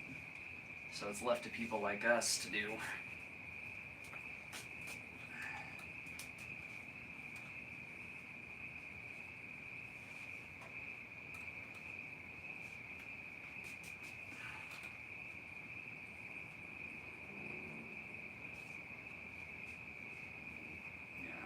First layer. That'll work. Scissors. Scissors. There we are.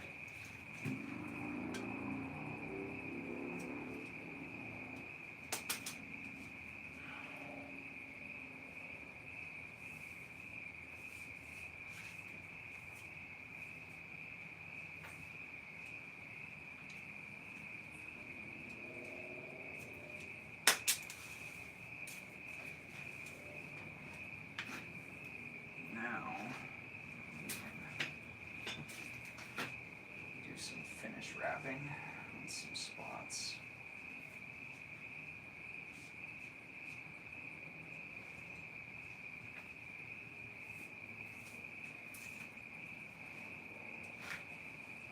Apparently their parents never taught them not to mess with people because one day they're gonna mess with the wrong motherfucker.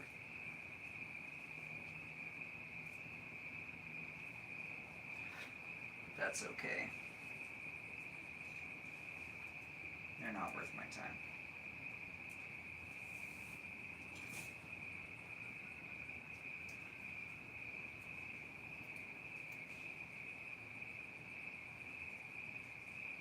One of these days they're gonna be on ridiculousness getting their ass beat, and I'll be laughing.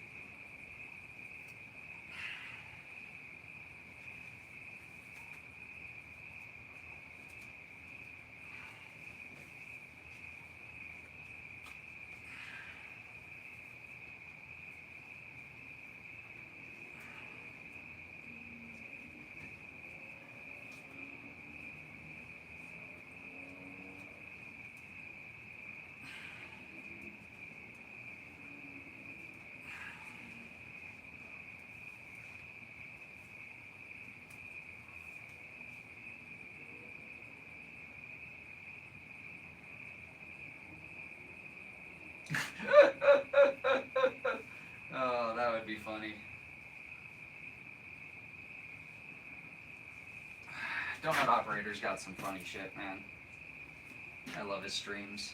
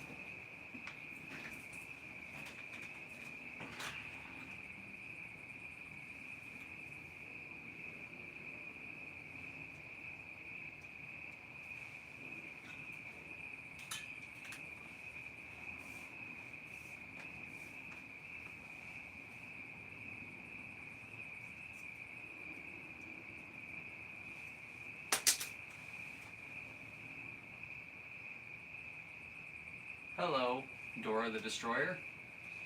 How do you do?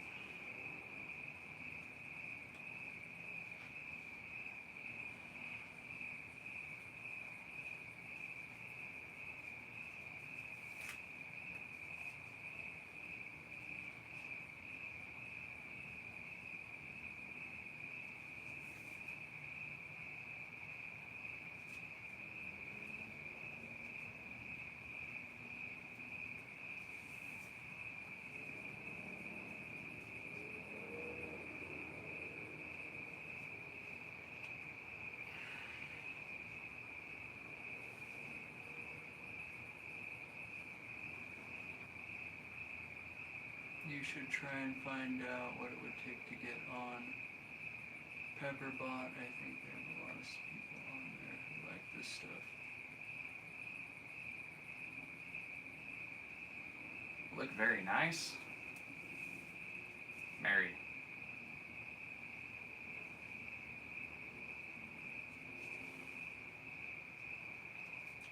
Also known as not interested. Also known as find somebody else. Sorry.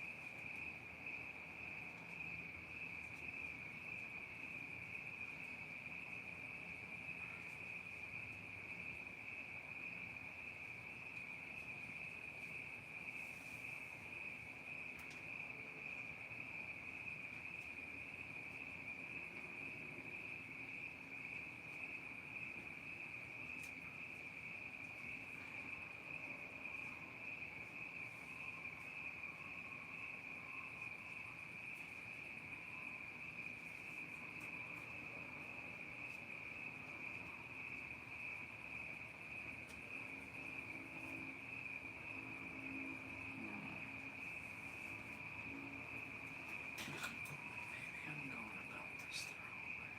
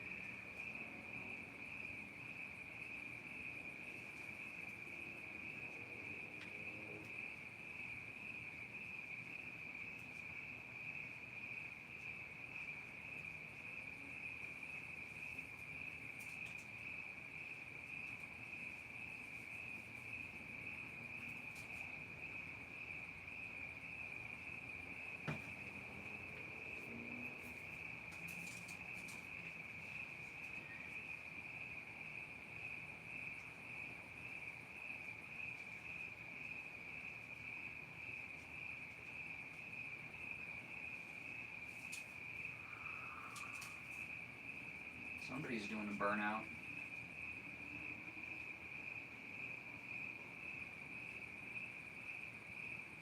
I don't know if you guys heard that scream.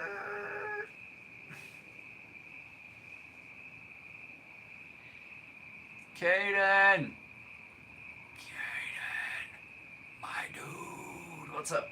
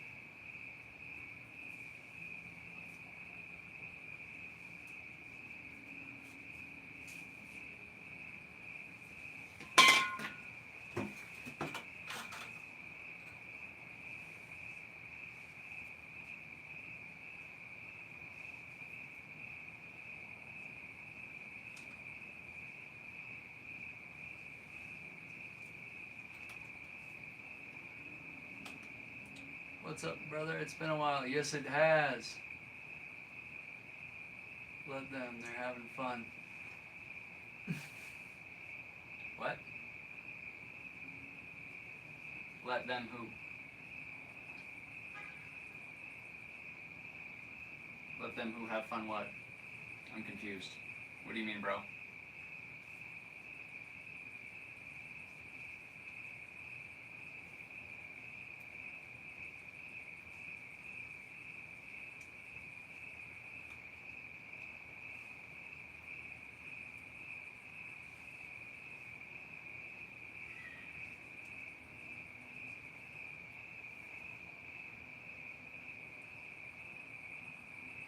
The burnout people? Oh, yeah.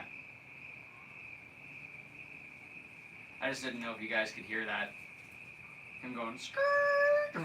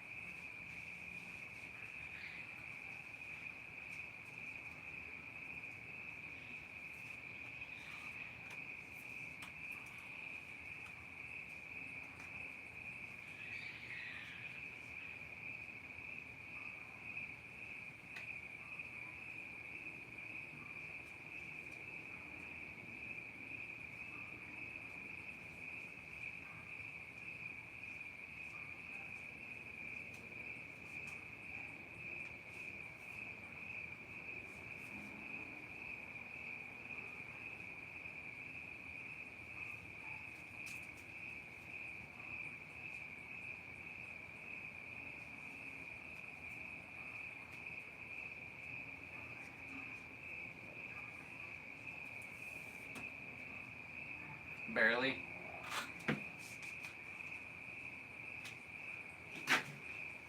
Yeah, they were screeching pretty hard, bro. Okay, I am having some troubles right here. Screwing this wrap all kinds of up at the bottom.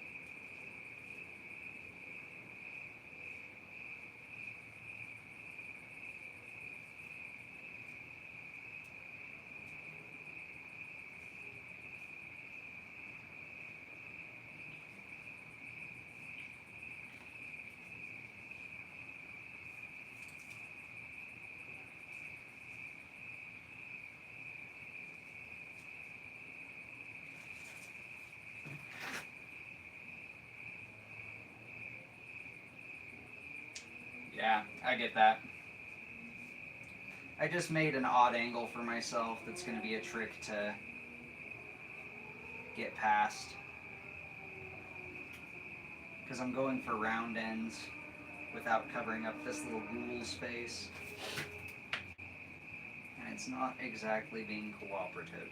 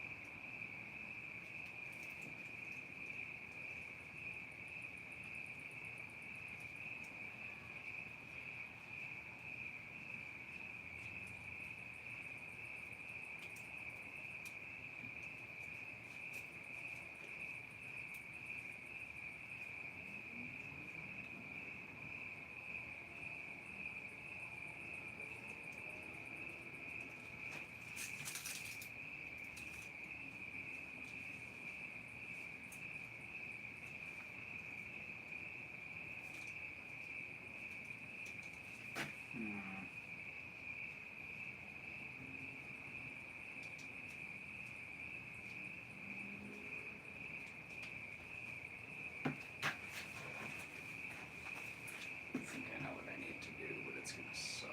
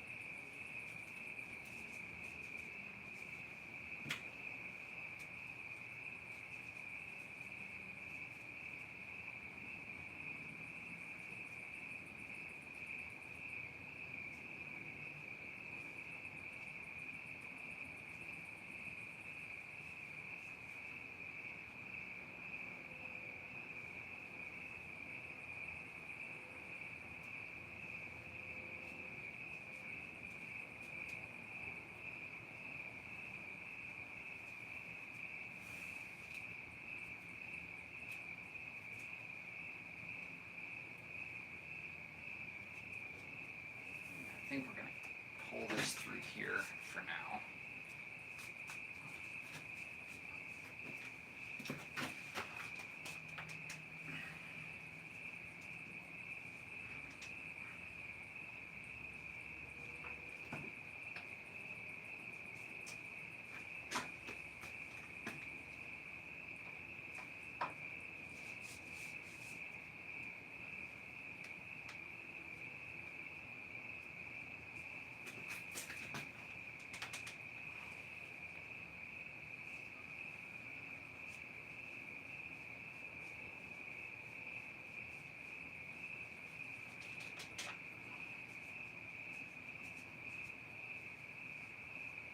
Yep, I'm just gonna have to take that off.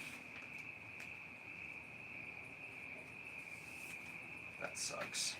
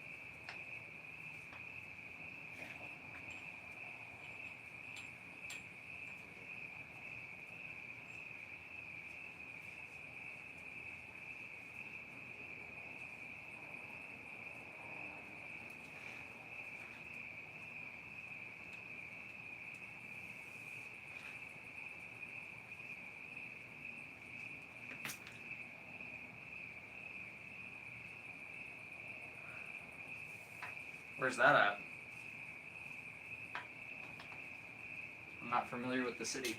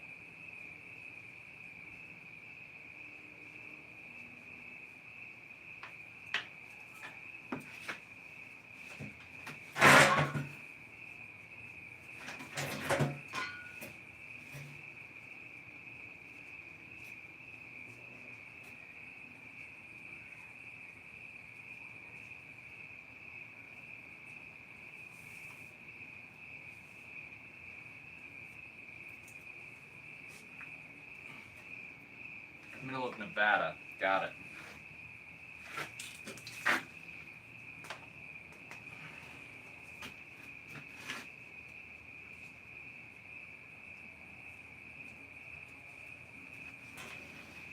Yeah, unfortunately, I haven't been outside of Utah that much in my life.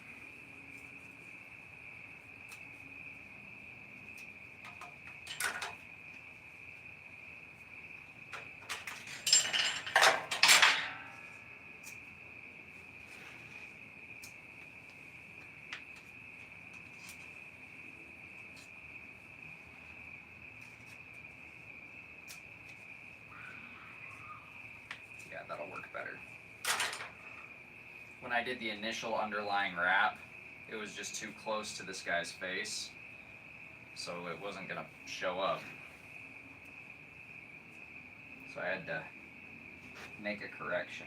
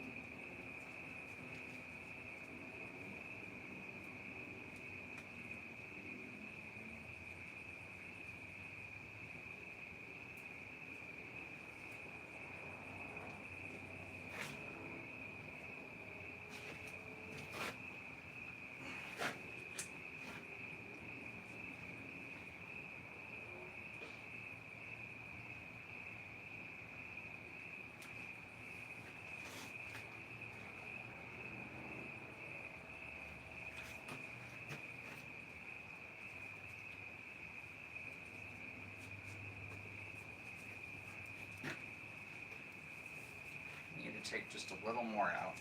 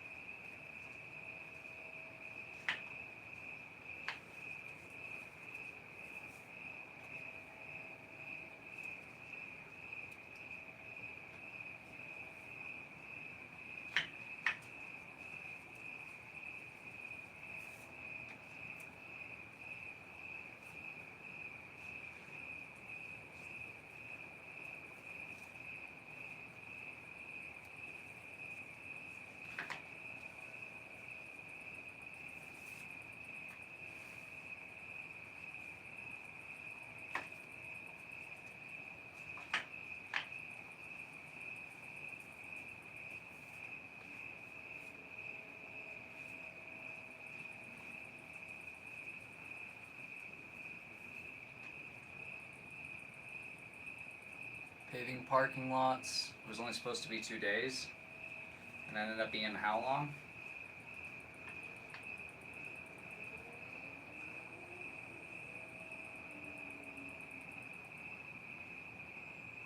That would have been cool.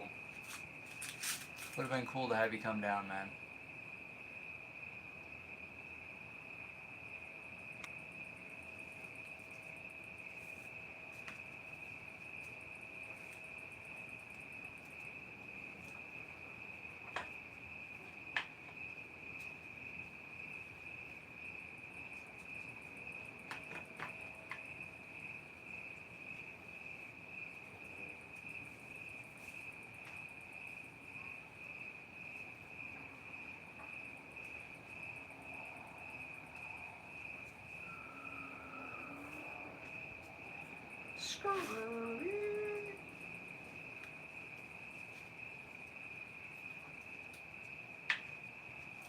I know y'all heard it that time.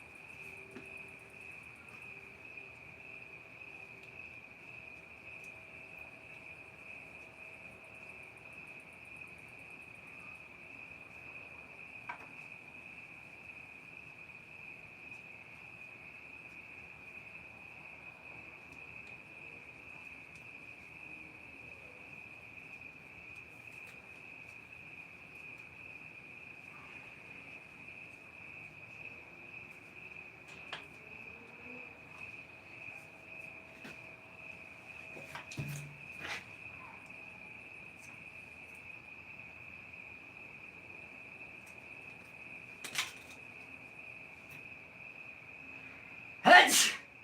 Whew.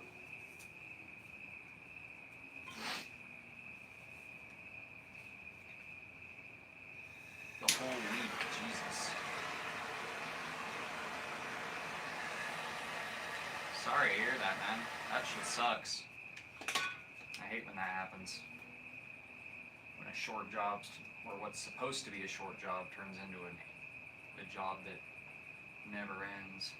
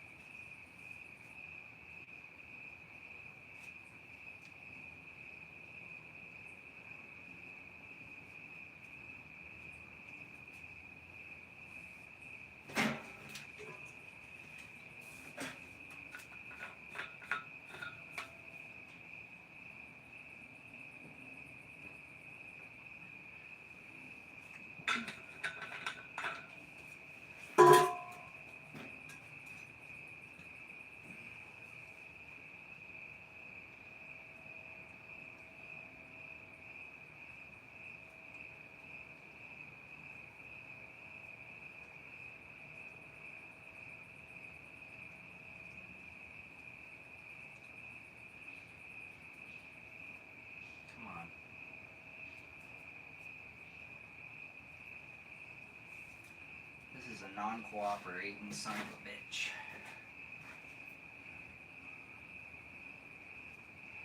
That's how these handles are sometimes.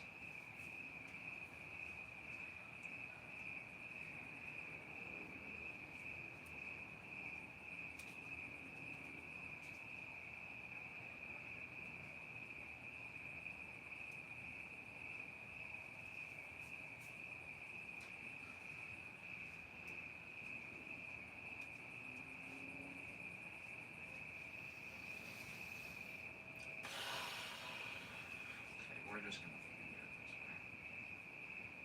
I'm too tired for this shit.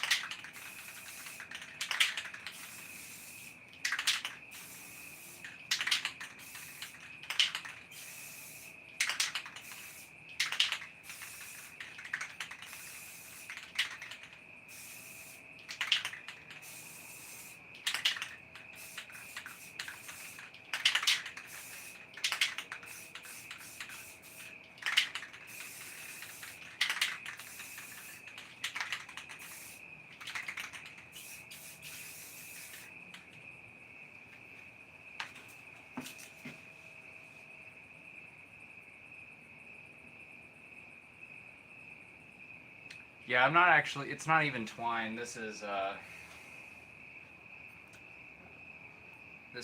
twine with paracord over top. But oh no, it got magnetized. Ah. Gotta clean that off.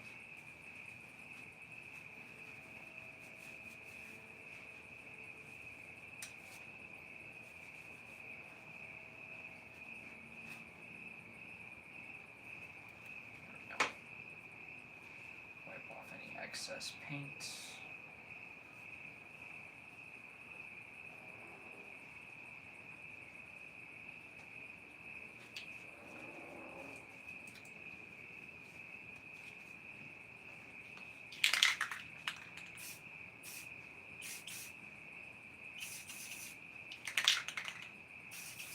Hit any areas that aren't quite fully coated.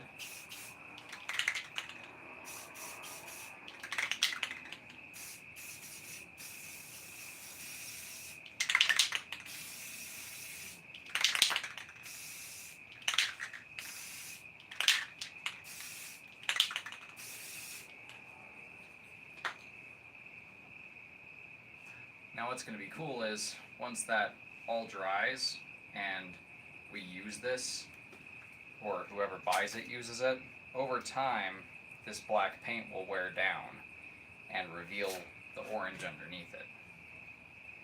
But we now have, for all intents and purposes, a finished project. Basically all we're going to do from here is let it dry and then do the testing and see how it turned out. I have a feeling this is going to be quite an awesome project to test. So again, recapping, we've got the handle wrap, we've got our little guy poking his head out from underneath there, just barely, at the base of the handle. And then we've got our suckers on the tentacle that run down the handle with all the reverse twists and whatnot. And obviously our tentacle is clutching a bone. So yeah, this is all finished up now. So that does it for the stream for today. I'm going to end things here just because watching paint dry is boring and I'm not going to make you guys sit through that. I'm not going to sit through that. I'm going to go shower and I'm going to go to sleep, or at least try to. But yeah, this crazy 1 to 2-handed tentacle mace with bone thing is all finished up. And I'll see you guys in the next one. If you're looking for a custom object like a knife, sword, polearm, crazy wild invention of the mind like this, check out the Etsy store. It's hookersblades.etsy.com, and I sell everything from knives to polearms over there. So yeah, I'll see you guys in the next one. Glad I could stay awake to see the finished. It's been... Oh Jesus. Bro, you need to go to sleep. You're the one telling me to go to sleep. It's 4:30 there. You need to go to sleep. Alrighty. Well, have a good one, guys.